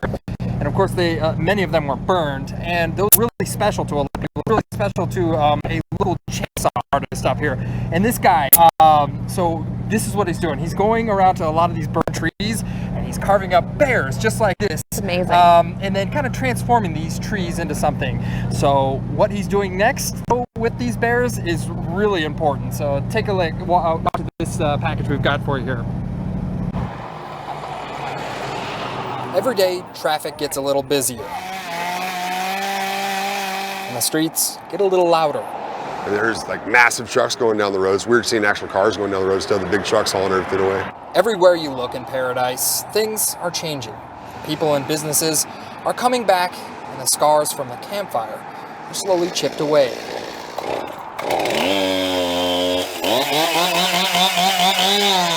So we sold a lot of bears here before the fire, man, and they lost the bears and everything. It's a small thing, don't really mean much, but when they come into the lot, dude, I see tears in eyes, dude, and all sorts of stuff. Gives you a purpose, you know what I mean?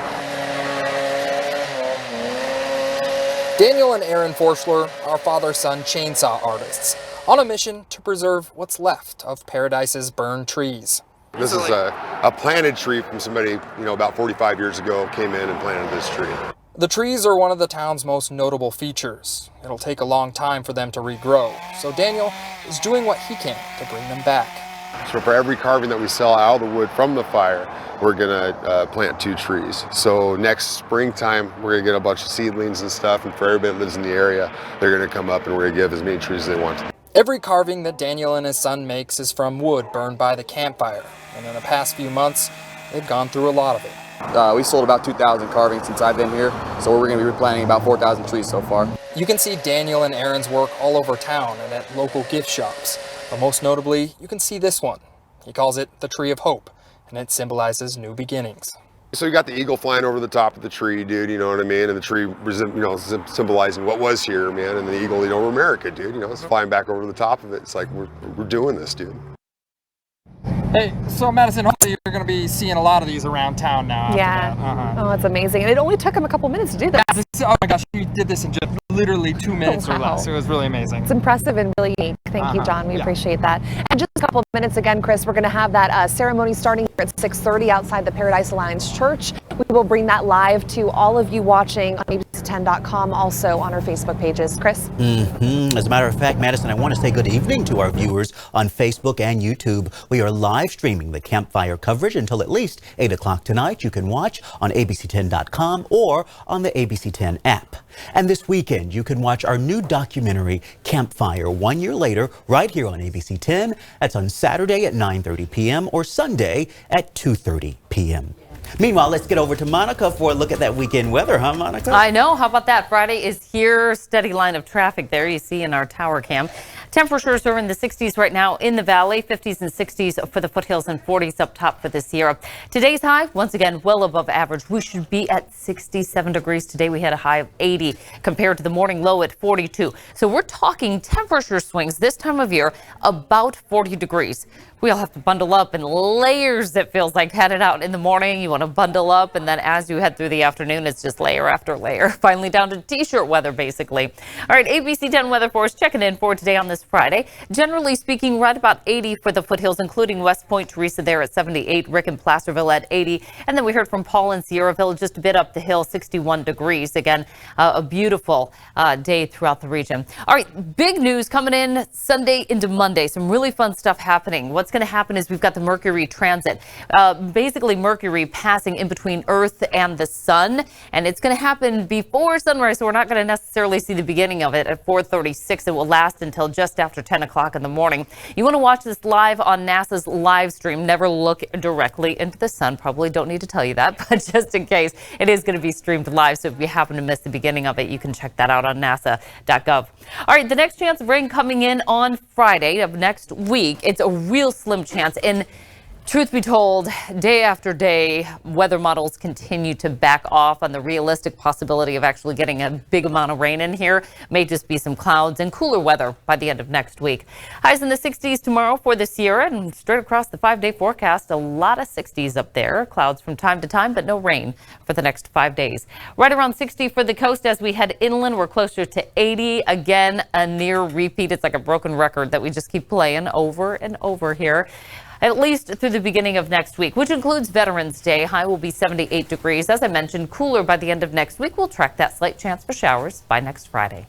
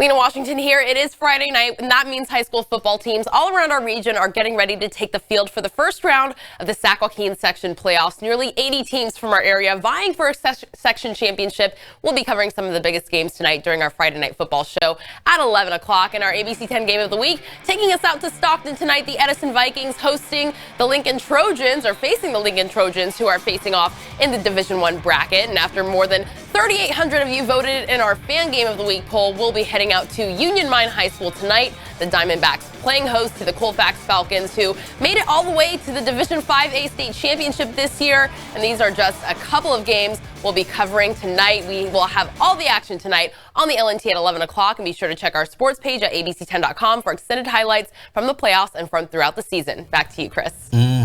Friday is here, Monica. I Not know. a bad looking night, huh? No, it's not. It is going to get cold. You know, that's, I think, the hard thing is to wrap our head around the fact that it's 80 degrees in the afternoon, In the day, yeah. 40 degrees for morning Have to lows. dress in layers. I know, all the sports teams wondering, coverage tonight, how should I dress? Layers. That's the answer, huh? Yeah. Thanks so much for joining us. Our coverage continues on the news at 6:30. Good night.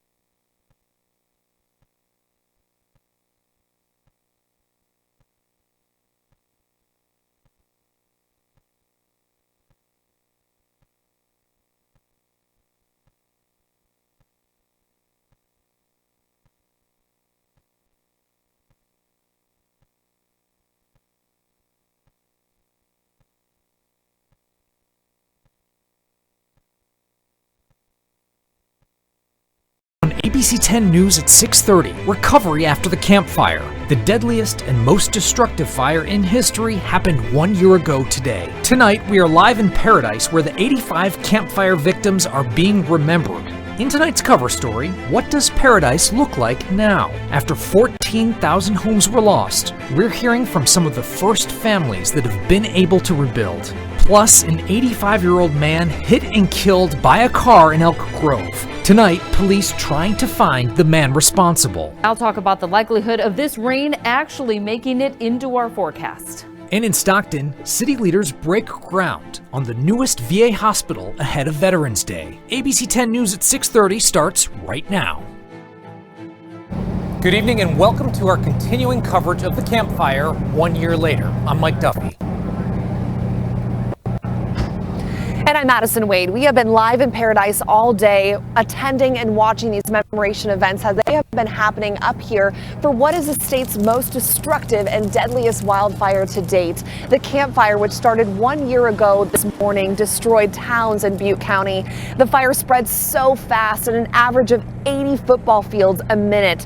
That all firefighters could do is try to save lives. People did their best to rush out of the mountain communities of Paradise, Concow, Magalia, and Polga, but tragically, 85 people did not make it. Right now, we're waiting for a remembrance ceremony to take place behind me in the Paradise Alliance Church. This is going to honor the 85 lives lost and look back at this journey this year has been for so many survivors, thousands of them. When this ceremony starts, we will bring it to you live right here on ABC 10. And again, we've been live in Paradise all day, talking to fire survivors, people who are now spending the day in Paradise, taking a moment to go back to the property that they used to have, to talk to neighbors, to have a meal behind me free of charge. It's really been a touching day. So much has happened today. We want to bring you back to what has happened earlier, to remember those 85 people lost and what happened here 1 year ago.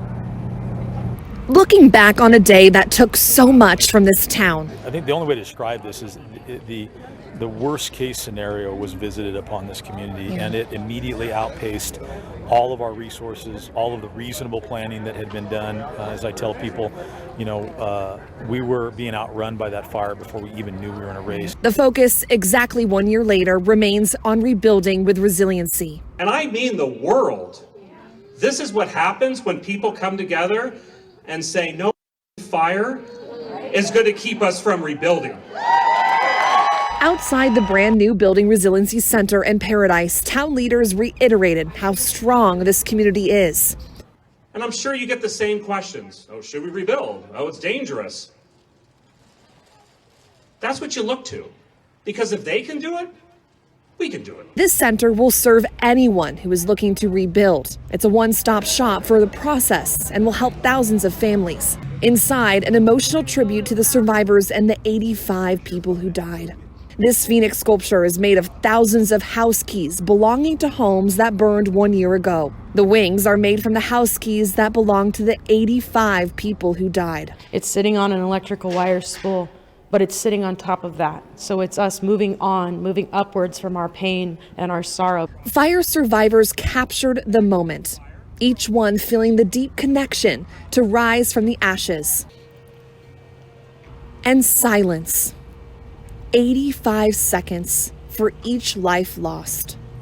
And down the street, a groundbreaking for Hope Plaza, a place to remember the 85 people lost and reflect on what happened here and how the community is coming together to heal. For many, this day is traumatic, but the sense of community is stronger than the loss. Our community needs support. We have a long road ahead of us, and the fact that everybody's tuning in and watching and paying attention means a lot.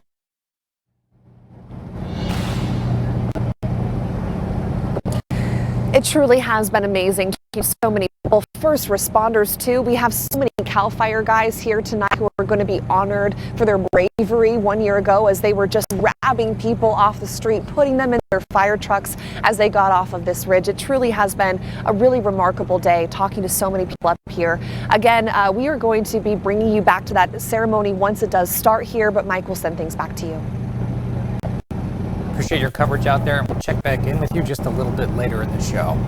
Monica, let's send it over to you for a first check of the weather and what we can expect this weekend. Well, it is our Friday forecast, and it has been a warm work week. Tonight, we are starting to cool things down. We've got clear skies outside and readings in the 60s for the valley, 43 degrees for Tahoe. Highs today were pretty much where they've been for the entire week. Well above average of 67 degrees. Today, a high of 80, ample sunshine, a little hazy outside, but all in all, some pretty nice weather if you were out and about. And we'll repeat that for the next couple of days, including the start of our weekend tomorrow. Highs in the 60s for the coast, valley, and hills, in the 70s to near 80, 60s for the Sierra. Cool mornings, warm afternoons, and then we'll talk about all of this activity in the Pacific. How likely is it to reach us by the time we get to next week? All right, marking 1 year since the Camp Fire, the state's deadliest and most destructive fire. Let's head back now to Paradise, where a remembrance ceremony for the 85 lives lost is underway. And each other on November 8th, and your courage that day and all the days that have followed continues to inspire me. When I evacuated Paradise on November 8th, I had no idea what the days and to come would hold for our community. I remember when I first saw the destruction of our town and our homes, I realized that we would all share a very special connection forevermore.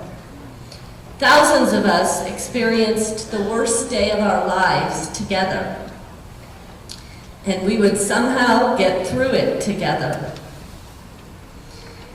It's been a rough year, and many of us are still struggling, still trying to make sense of our new normal. Tonight, we gather as a community to turn the page on the most difficult, challenging year most of us will ever experience.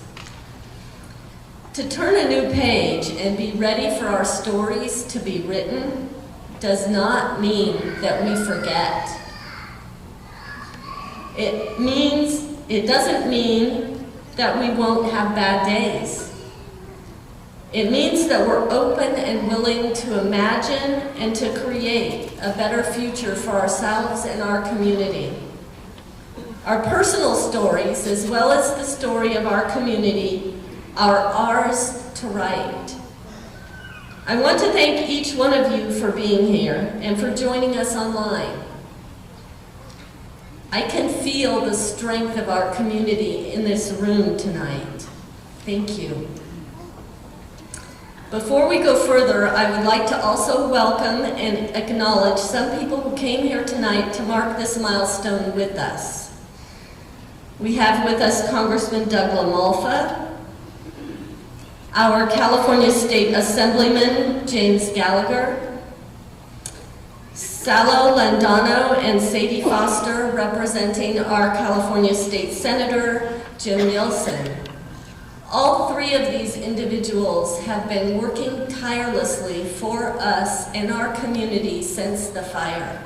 They've all introduced legislation that's just been instrumental to our recovery, from getting federal legislation through that enabled us to be eligible for all those USDA grants, to the legislation that's going to give us an emergency room without an operating hospital. They've tried to remove obstacles and just have done a stupendous job. So can you please give them a hand now?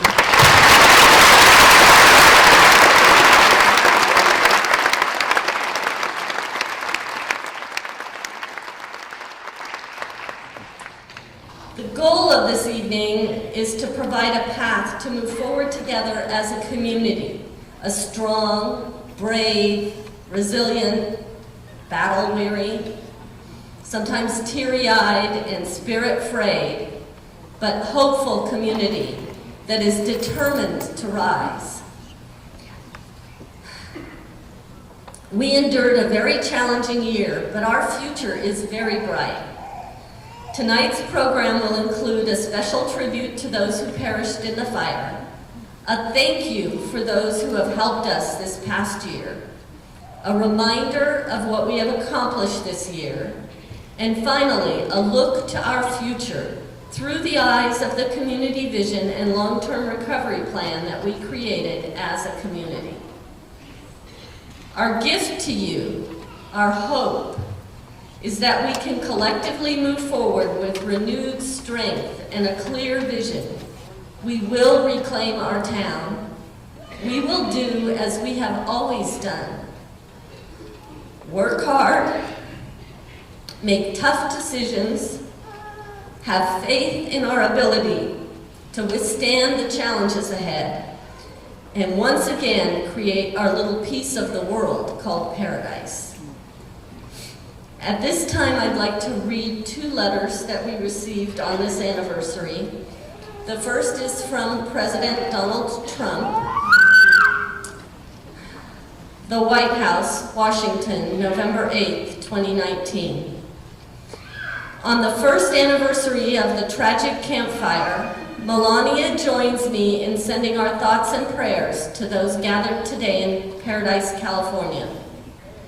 Over the past year, the people of Paradise have experienced unspeakable grief and tremendous loss.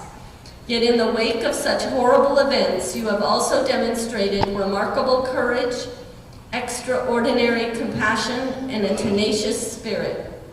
These admirable qualities and your ability to unite as a community and overcome the daunting hardships you have faced embody the very best of America. Today, as we acknowledge the resiliency your community has displayed, we also pause to pray for your fellow Californians who are affected by the recent wildfires in your state. As one nation, we ask God to watch over the brave first responders who are, in the face of great personal peril, tirelessly battling to extinguish the flames. May God bless you, and may He bless the United States of America. Donald Trump.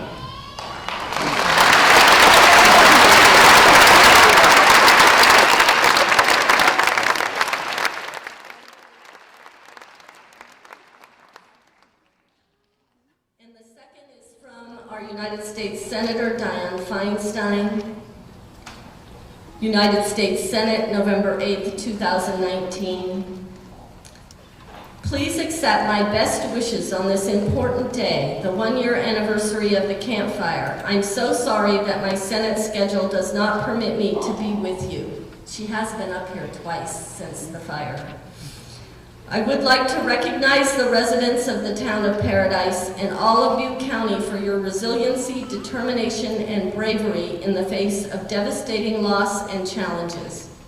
The significant work you have done to rebuild and revitalize Paradise is a true demonstration of leadership and commitment to your community. It is very moving to see the town come together to remember lives and property lost, while also celebrating the progress you have made in the past year. Please do not hesitate to reach out about anything I may be able to help with. I am here to support your recovery efforts however I can. As your United States Senator from the state of California, I commend you in the town of Paradise for your outstanding efforts and courage. I wish you a meaningful day of remembrance. Sincerely, Diane Feinstein.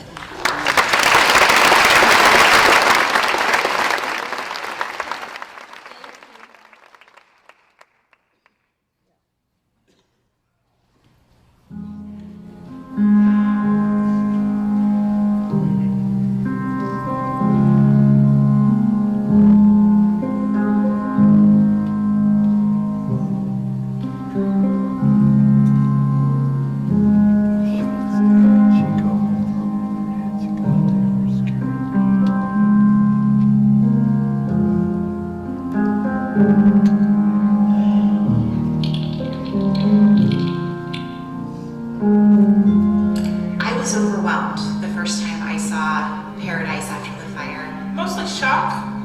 It looked so bleak. The magnitude of it, it just kind of left me speechless. Everything was gray and black. Did it look like a black and white photo? Shock. Kind of in shock a little bit about what happened. And there's so much change going on that I couldn't grasp it. So I would just say you gotta get up every day, put one foot in front of the other, and take it one step at a time.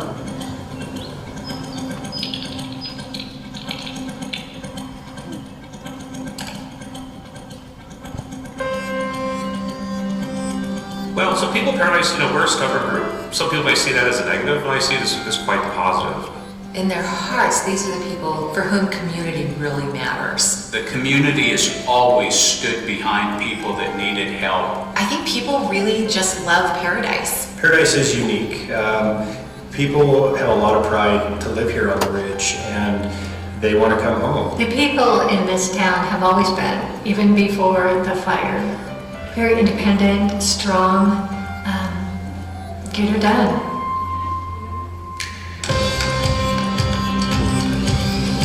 I'm pleasantly surprised at how quickly things have started to come back together. Nothing short of astounding. Driving through town today as opposed to a year ago, it's what a difference. What were the figures? There's 2.5 times the amount of debris over a widespread area than there was when the Twin Towers came down, and Paradise was able to remove it in half the time. That's amazing. I've been amazed by the amount that we've accomplished so far. All of the businesses that have reopened. There's a lot of good things to look forward to. We're going to have 500 building applications by the end of this year. That is so far beyond what we expected.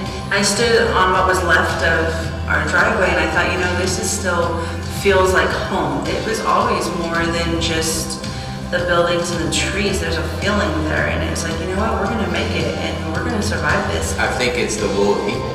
I think that there's a lot of people that are determined that Paradise is home and we're going to get back home. Well, it's been a lot easier to move on. And I was planning on retiring after last season, coaching.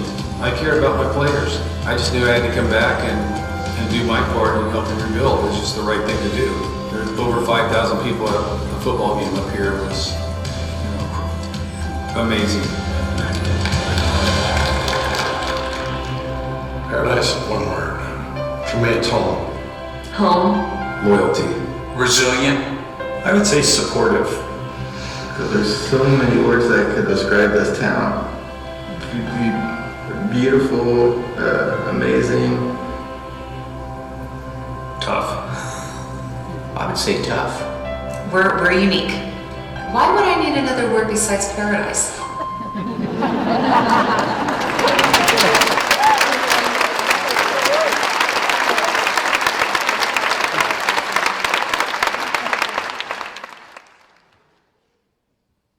Ladies and gentlemen, Paradise Vice Mayor Greg Bowen.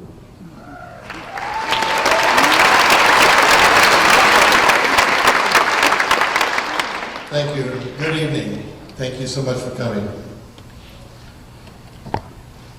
The hardest part of our gathering tonight is acknowledging the 85 individuals we lost in our community.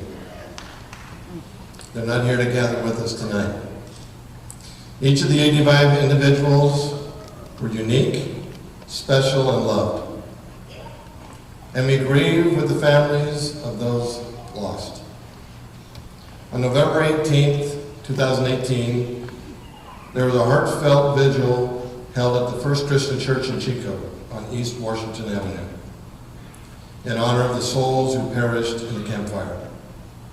It was a time for the community to grieve the immense loss. Candles were lit, prayers were offered, and tears filled our hearts. On February 8th, 2019, the Chico Interfaith Council conducted a wonderful interdenominational memorial service at the Paradise Performing Arts Center that honored a wide variety of beliefs and religions, and that gave us an opportunity to hear the stories and see images of the 85 individuals that were lost in the fire. It was a very tough and poignant service, honoring the spirit and memory of those that we lost. Let us never forget how these lives touched ours and continue to be a part of the fabric of our history.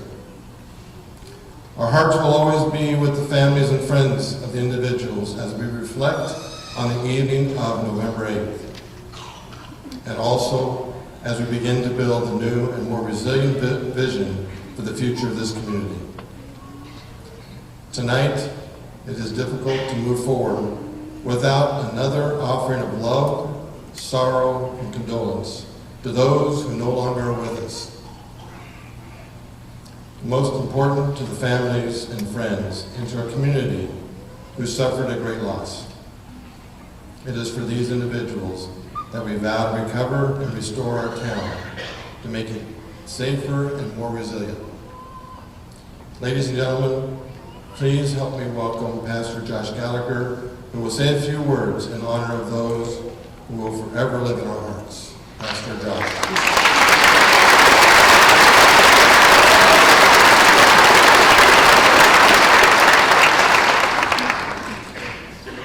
When my family and I moved to this community 4 months before the fire, we were told numerous times, this isn't a community, it's a family, and we're glad to have you a part of it. What I've seen since the campfire would be overwhelming support for this fact that this is a family. Yes, like all families, we have good times, we have bad times. We have times of unity and times of disagreement. We have tears and laughter.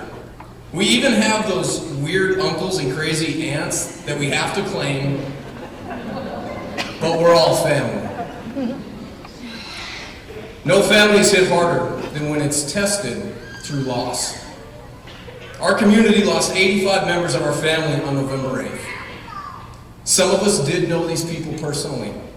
Some of us did not. Regardless of your connection with these people, they are forever a part of this family on the ridge. When people are looking into the face of eternity, they ask many questions, such as, where am I going? Did I live the life I hope to live? What legacy will I leave behind? And will people remember me? I have some answers to all these questions, but for today, I just want to focus on that last question. Will people remember me? To answer this question for the 85 members of our family who are no longer with us, we collectively, as a family and as a community, respond with a resounding yes. Yes. You will be remembered. Not only will you be remembered, you will be dearly missed. Our family will never be the same because you're no longer with us. We'll miss your jokes, amazing stories, smiles, unique personalities, but most importantly, your commitment, love, and passion to this family on the ridge. In honor of these 85 people, family members, let's take a moment of silence to remember them.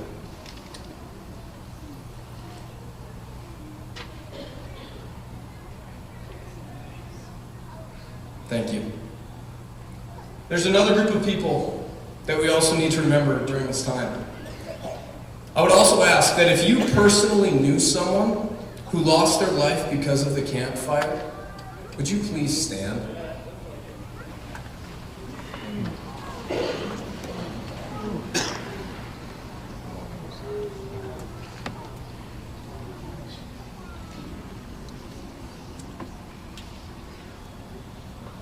For those of you that are standing, you're going through a level of grief and loss that the rest of us don't understand.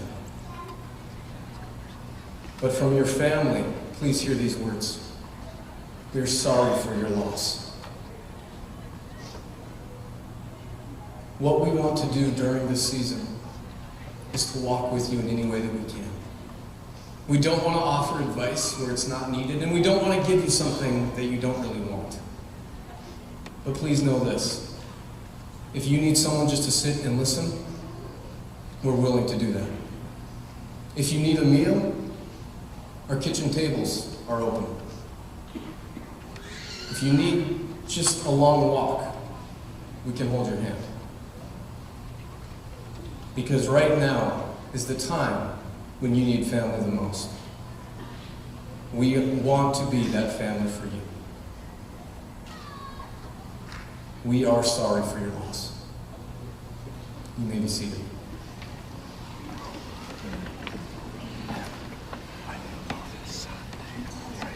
For all of us that are part of this family, I would like to give you some options for hope, healing, love, and belonging.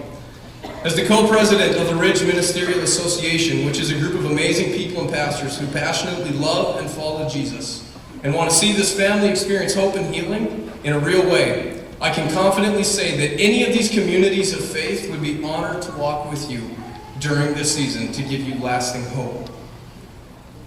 We want to provide a place of belonging, hope, and as best we can, love. Another option is to join us tomorrow at this campus starting at 3:30. As these faith communities, officials, many nonprofit organizations, and volunteers from all over the country put on an event that will bring hope and healing in a practical way. As a representative of some of the faith communities within this family, we understand that we're not perfect. But we want you to know that regardless of what you believe, what you have done, or how you feel, that you are genuinely loved by God and by us. I would close with this question. How healthy do we want our family to be? How we treat and talk about each other on a daily basis will ultimately answer that question. Not only for us, but for the future generations and for the new people who want to call the Ridge home. My prayer is that we and they find a healthy family that, yes, has its issues, but is stronger and closer than ever because of the events on November 8th. Please remember that in order to heal well, you must grieve well. During this season, every single member of this family needs to be reminded that you are loved.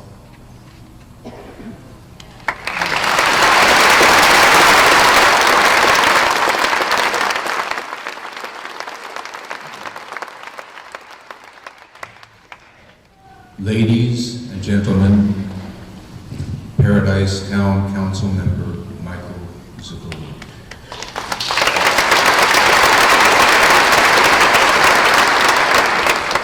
Good evening. As the world watched in horror on November 8th, 2018, as our beloved town burned, many generous individuals and organizations reached out and opened their homes, their hearts. They donated time, money, equipment, and well wishes to the survivors of the Camp Fire. We don't have the time to thank each and every person, organization, corporation, group, family, etc. that helped us, although it's our deepest wish that we could. Tonight is our attempt to repay a huge debt of gratitude to all of you.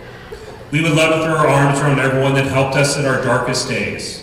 We can't thank enough those who have held us in prayer, in thoughts, and well wishes, who sent donations. Although our grief will never be erased, our load was made a little lighter, knowing that we shared this burden with the entire world. We also have many heroes to thank. Normal, ordinary citizens that helped each other any way they could. As the Camp Fire bore down our town, I helped direct traffic during the evacuation. I witnessed firsthand the heroes of our community. You saw random strangers putting people in their cars, in their pickup trucks. People at complete strangers. No one questioned it. They said, "You need help? Get on in." It was amazing to watch, and in the chaos that was happening, how all you guys stepped up, and we were all neighbors, we were all family. And first and foremost, on behalf of the town council and staff, I want to thank each and every one of you. That day, the neighbors helped our neighbors. People with no emergency training, all of a sudden were experts of sorts. And strangers became bonded friends. You are the heroes of the Camp Fire. The council and I want to specifically mention our local police and fire departments, who exhibited heroism above and beyond what is normally expected of them. Each of our officers and firefighters was instrumental in that evacuation effort, and we thank them for the fearless service to our community. If it wasn't for them, unfortunately, we'd be having a number that wasn't 85. I can't thank you guys enough.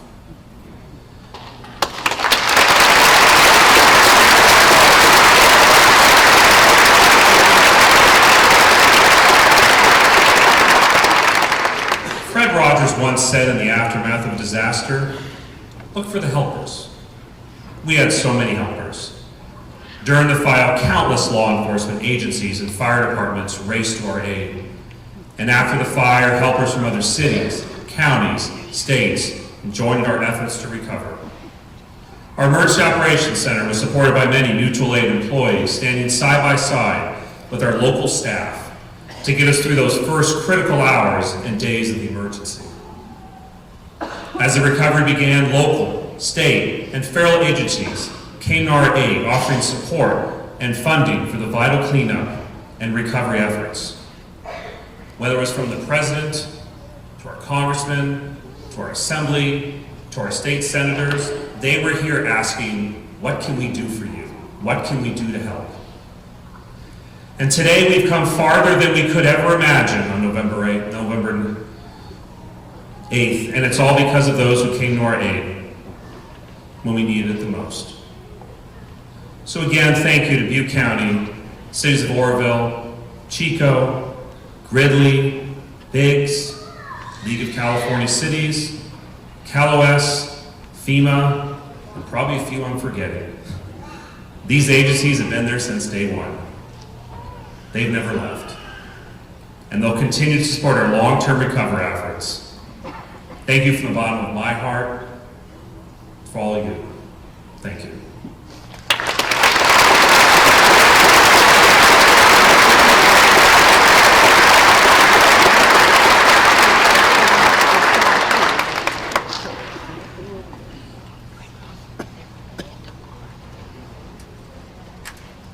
Ladies and gentlemen, the Paradise Ridge Elementary School Chorus.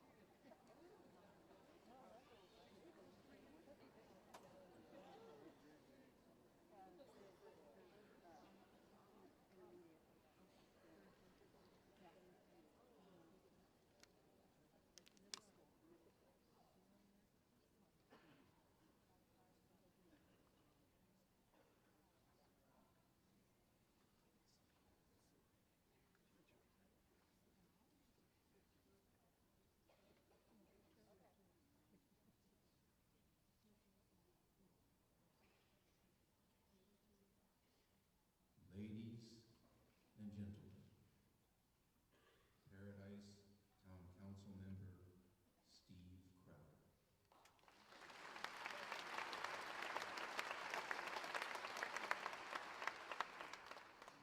Good evening. Tonight, 1 year after the campfire, the Town Council and I would like to touch on the amazing progress that has been made by our community. Debris removal is nearly done, with the government program officially complete as of Wednesday.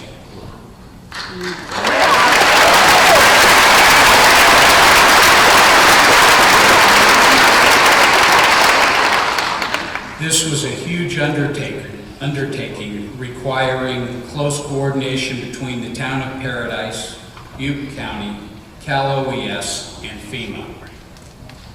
Through it all, our goal was the health and safety of our residents and removing hazards to allow our community to come home as soon as possible. 10,935 parcels cleaned to date in Butte County.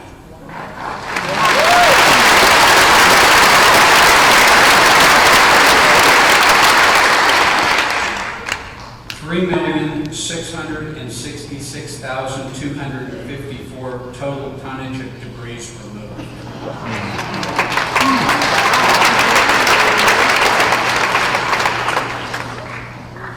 Last spring, we came together as a community to create a collaborative vision to guide us through our long-term recovery. We held several meetings and also provided online opportunities for Paradise residents to give input on our plan, ensuring that our rebuild efforts are made by and for our residents. Thank you to all who participated. Having this momentous task done within the first year of a major disaster is unheard of. We did it together. Thank you, Paradise.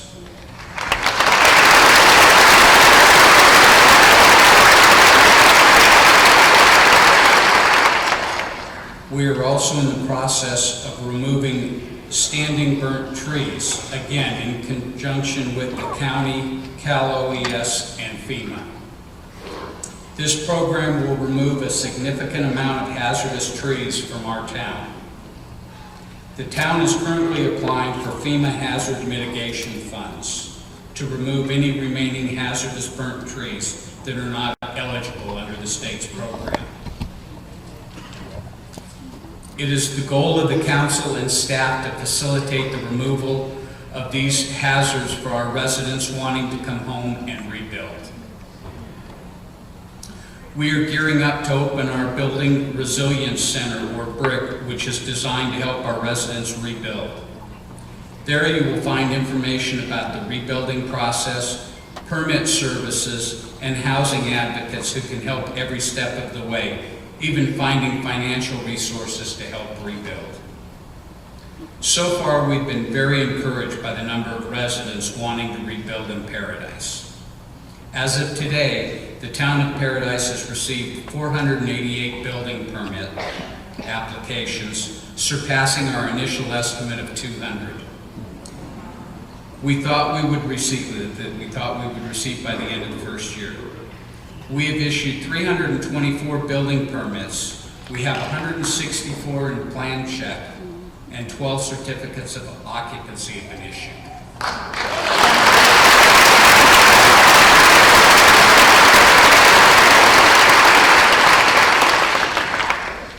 12 families living in their newly rebuilt homes as the previous homes were destroyed in the campfire. That is progress and something to celebrate.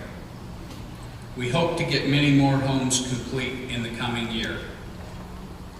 The town has applied for funding to make our roads, especially our evacuation routes, safer, and to install an early warning system that is not reliant on phone or internet technology.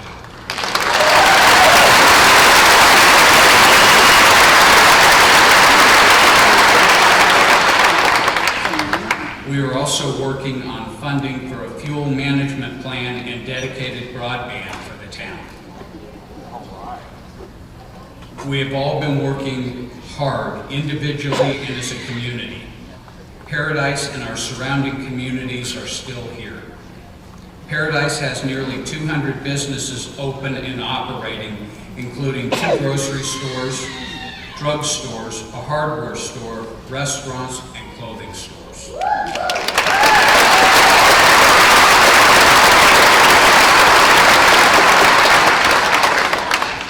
The Chamber of Commerce is open and holding events like Party in the Park and Johnny Appleseed Days, both of which were widely attended this year. The library is open.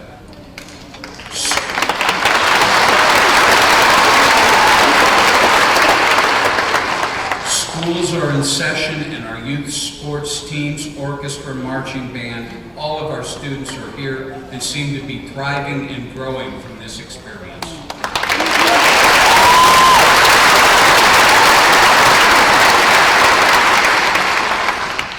Theater on the Ridge is staging plays and the Paradise Symphony is performing here in Paradise.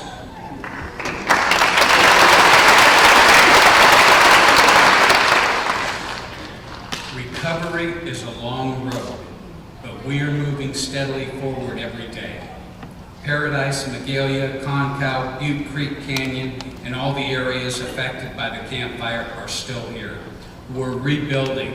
We are open for business and turning the page for a brighter future.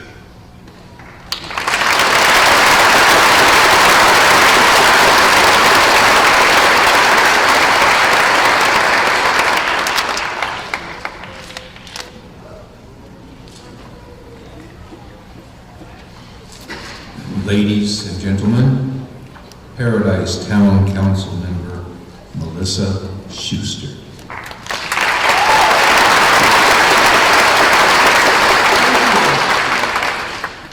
I am so honored to be here tonight. Today was such a good day, wasn't it?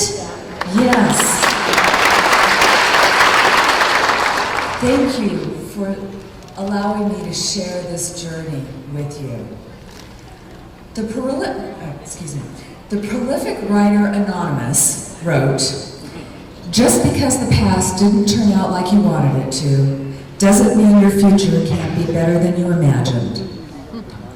One of our most important and challenging responsibilities is to create our own futures. We do this every day, often without giving it much thought. We make plans and play dates, schedule meetings and classes with a focus on our availability without considering that we are actually creating our futures. The importance of our choices has become even more clear in the last year. We now have an opportunity to build a brighter, safer, stronger future, and together we can make this happen. In the weeks after the fire, thanks to some very forward-thinking individuals and the generosity of the Butte Strong Fund, the town was gifted the services of Urban Design Associates. UDA helped facilitate a resident-driven engagement and planning effort that resulted in the Paradise Long-Term Recovery Plan. In this very space, you all came together to begin creating the future of Paradise. Through these workshops, you gave us 5 directives.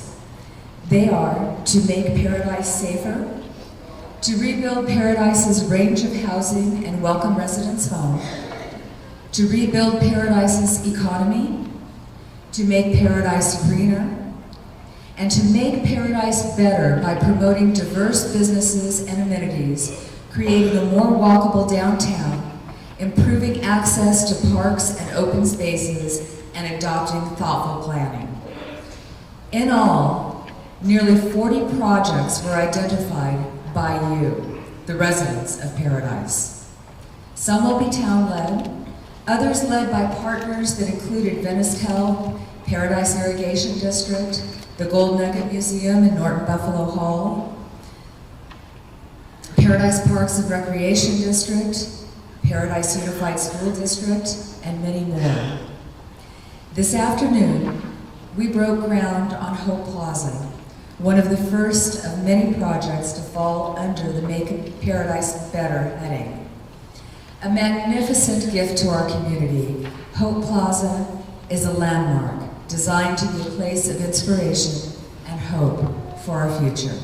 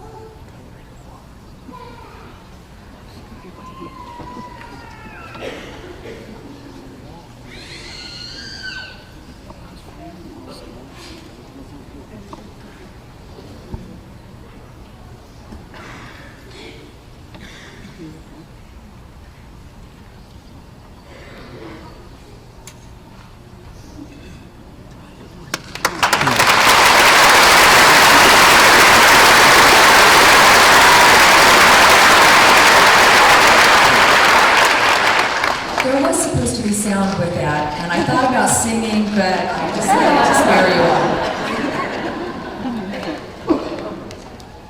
all. Last year, during those smoke-filled days, and wearing one of those fashion-forward statement masks that we all wore, you remember those? I met with a group of community leaders who all recognized how important it was for us to begin planning our future. Even though our fire-fogged brains had trouble combining words into sentences, we knew we'd get beyond that and we'd need to hit the road at a furious pace in order to rebuild our town. Somehow, my own fire-fogged brain told me that CSU, Chico State University, would play a huge part in our recovery and needed to have a seat at the table. So I reached out to my relatively new friend, Gail, and asked her to come to a meeting. I am sure that my explanation of who and what the meeting was about was less than intelligible, but to her credit, she came. And even as thousands of her students and staff were displaced and the campus shuttered to all but emergency personnel, she sat with us and listened and began to understand our needs. And she has been at our side ever since. Throughout the past year, Gail Hutchinson has mobilized all of the resources available through CSU, providing resources from urban planning and development to the forensic anthropology faculty and students who help search for human remains. Led by Gail Hutchinson, CSU will continue to play a role in the future of our region as we look for ways to train, educate, improve and develop a workforce that will help us build a strong, resilient community while providing opportunities for research and academia that will enhance the quality of life in ours and other communities. It is my great honor and privilege this evening to introduce California State University Chico President and my dear friend, Gail Hutchinson.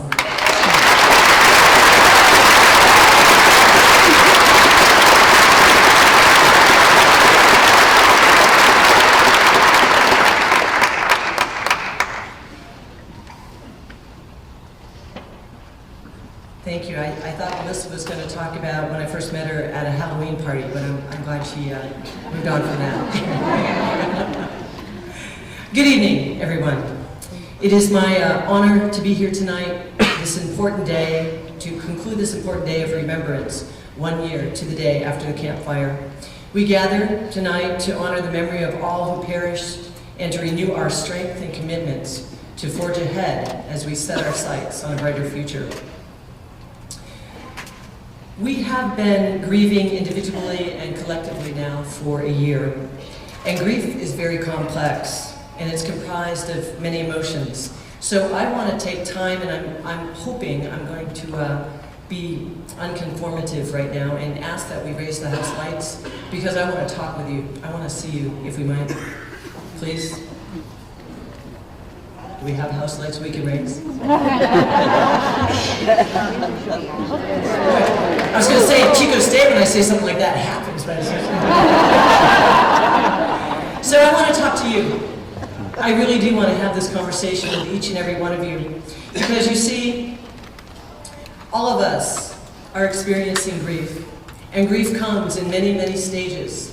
And what's important to know is that if you're feeling things like sadness and sorrow, denial, anger, depression, and even acceptance, and if you find that it comes and goes, and one day you're feeling great and the next not so much, you need to understand that what you're experiencing at this very moment, is normal.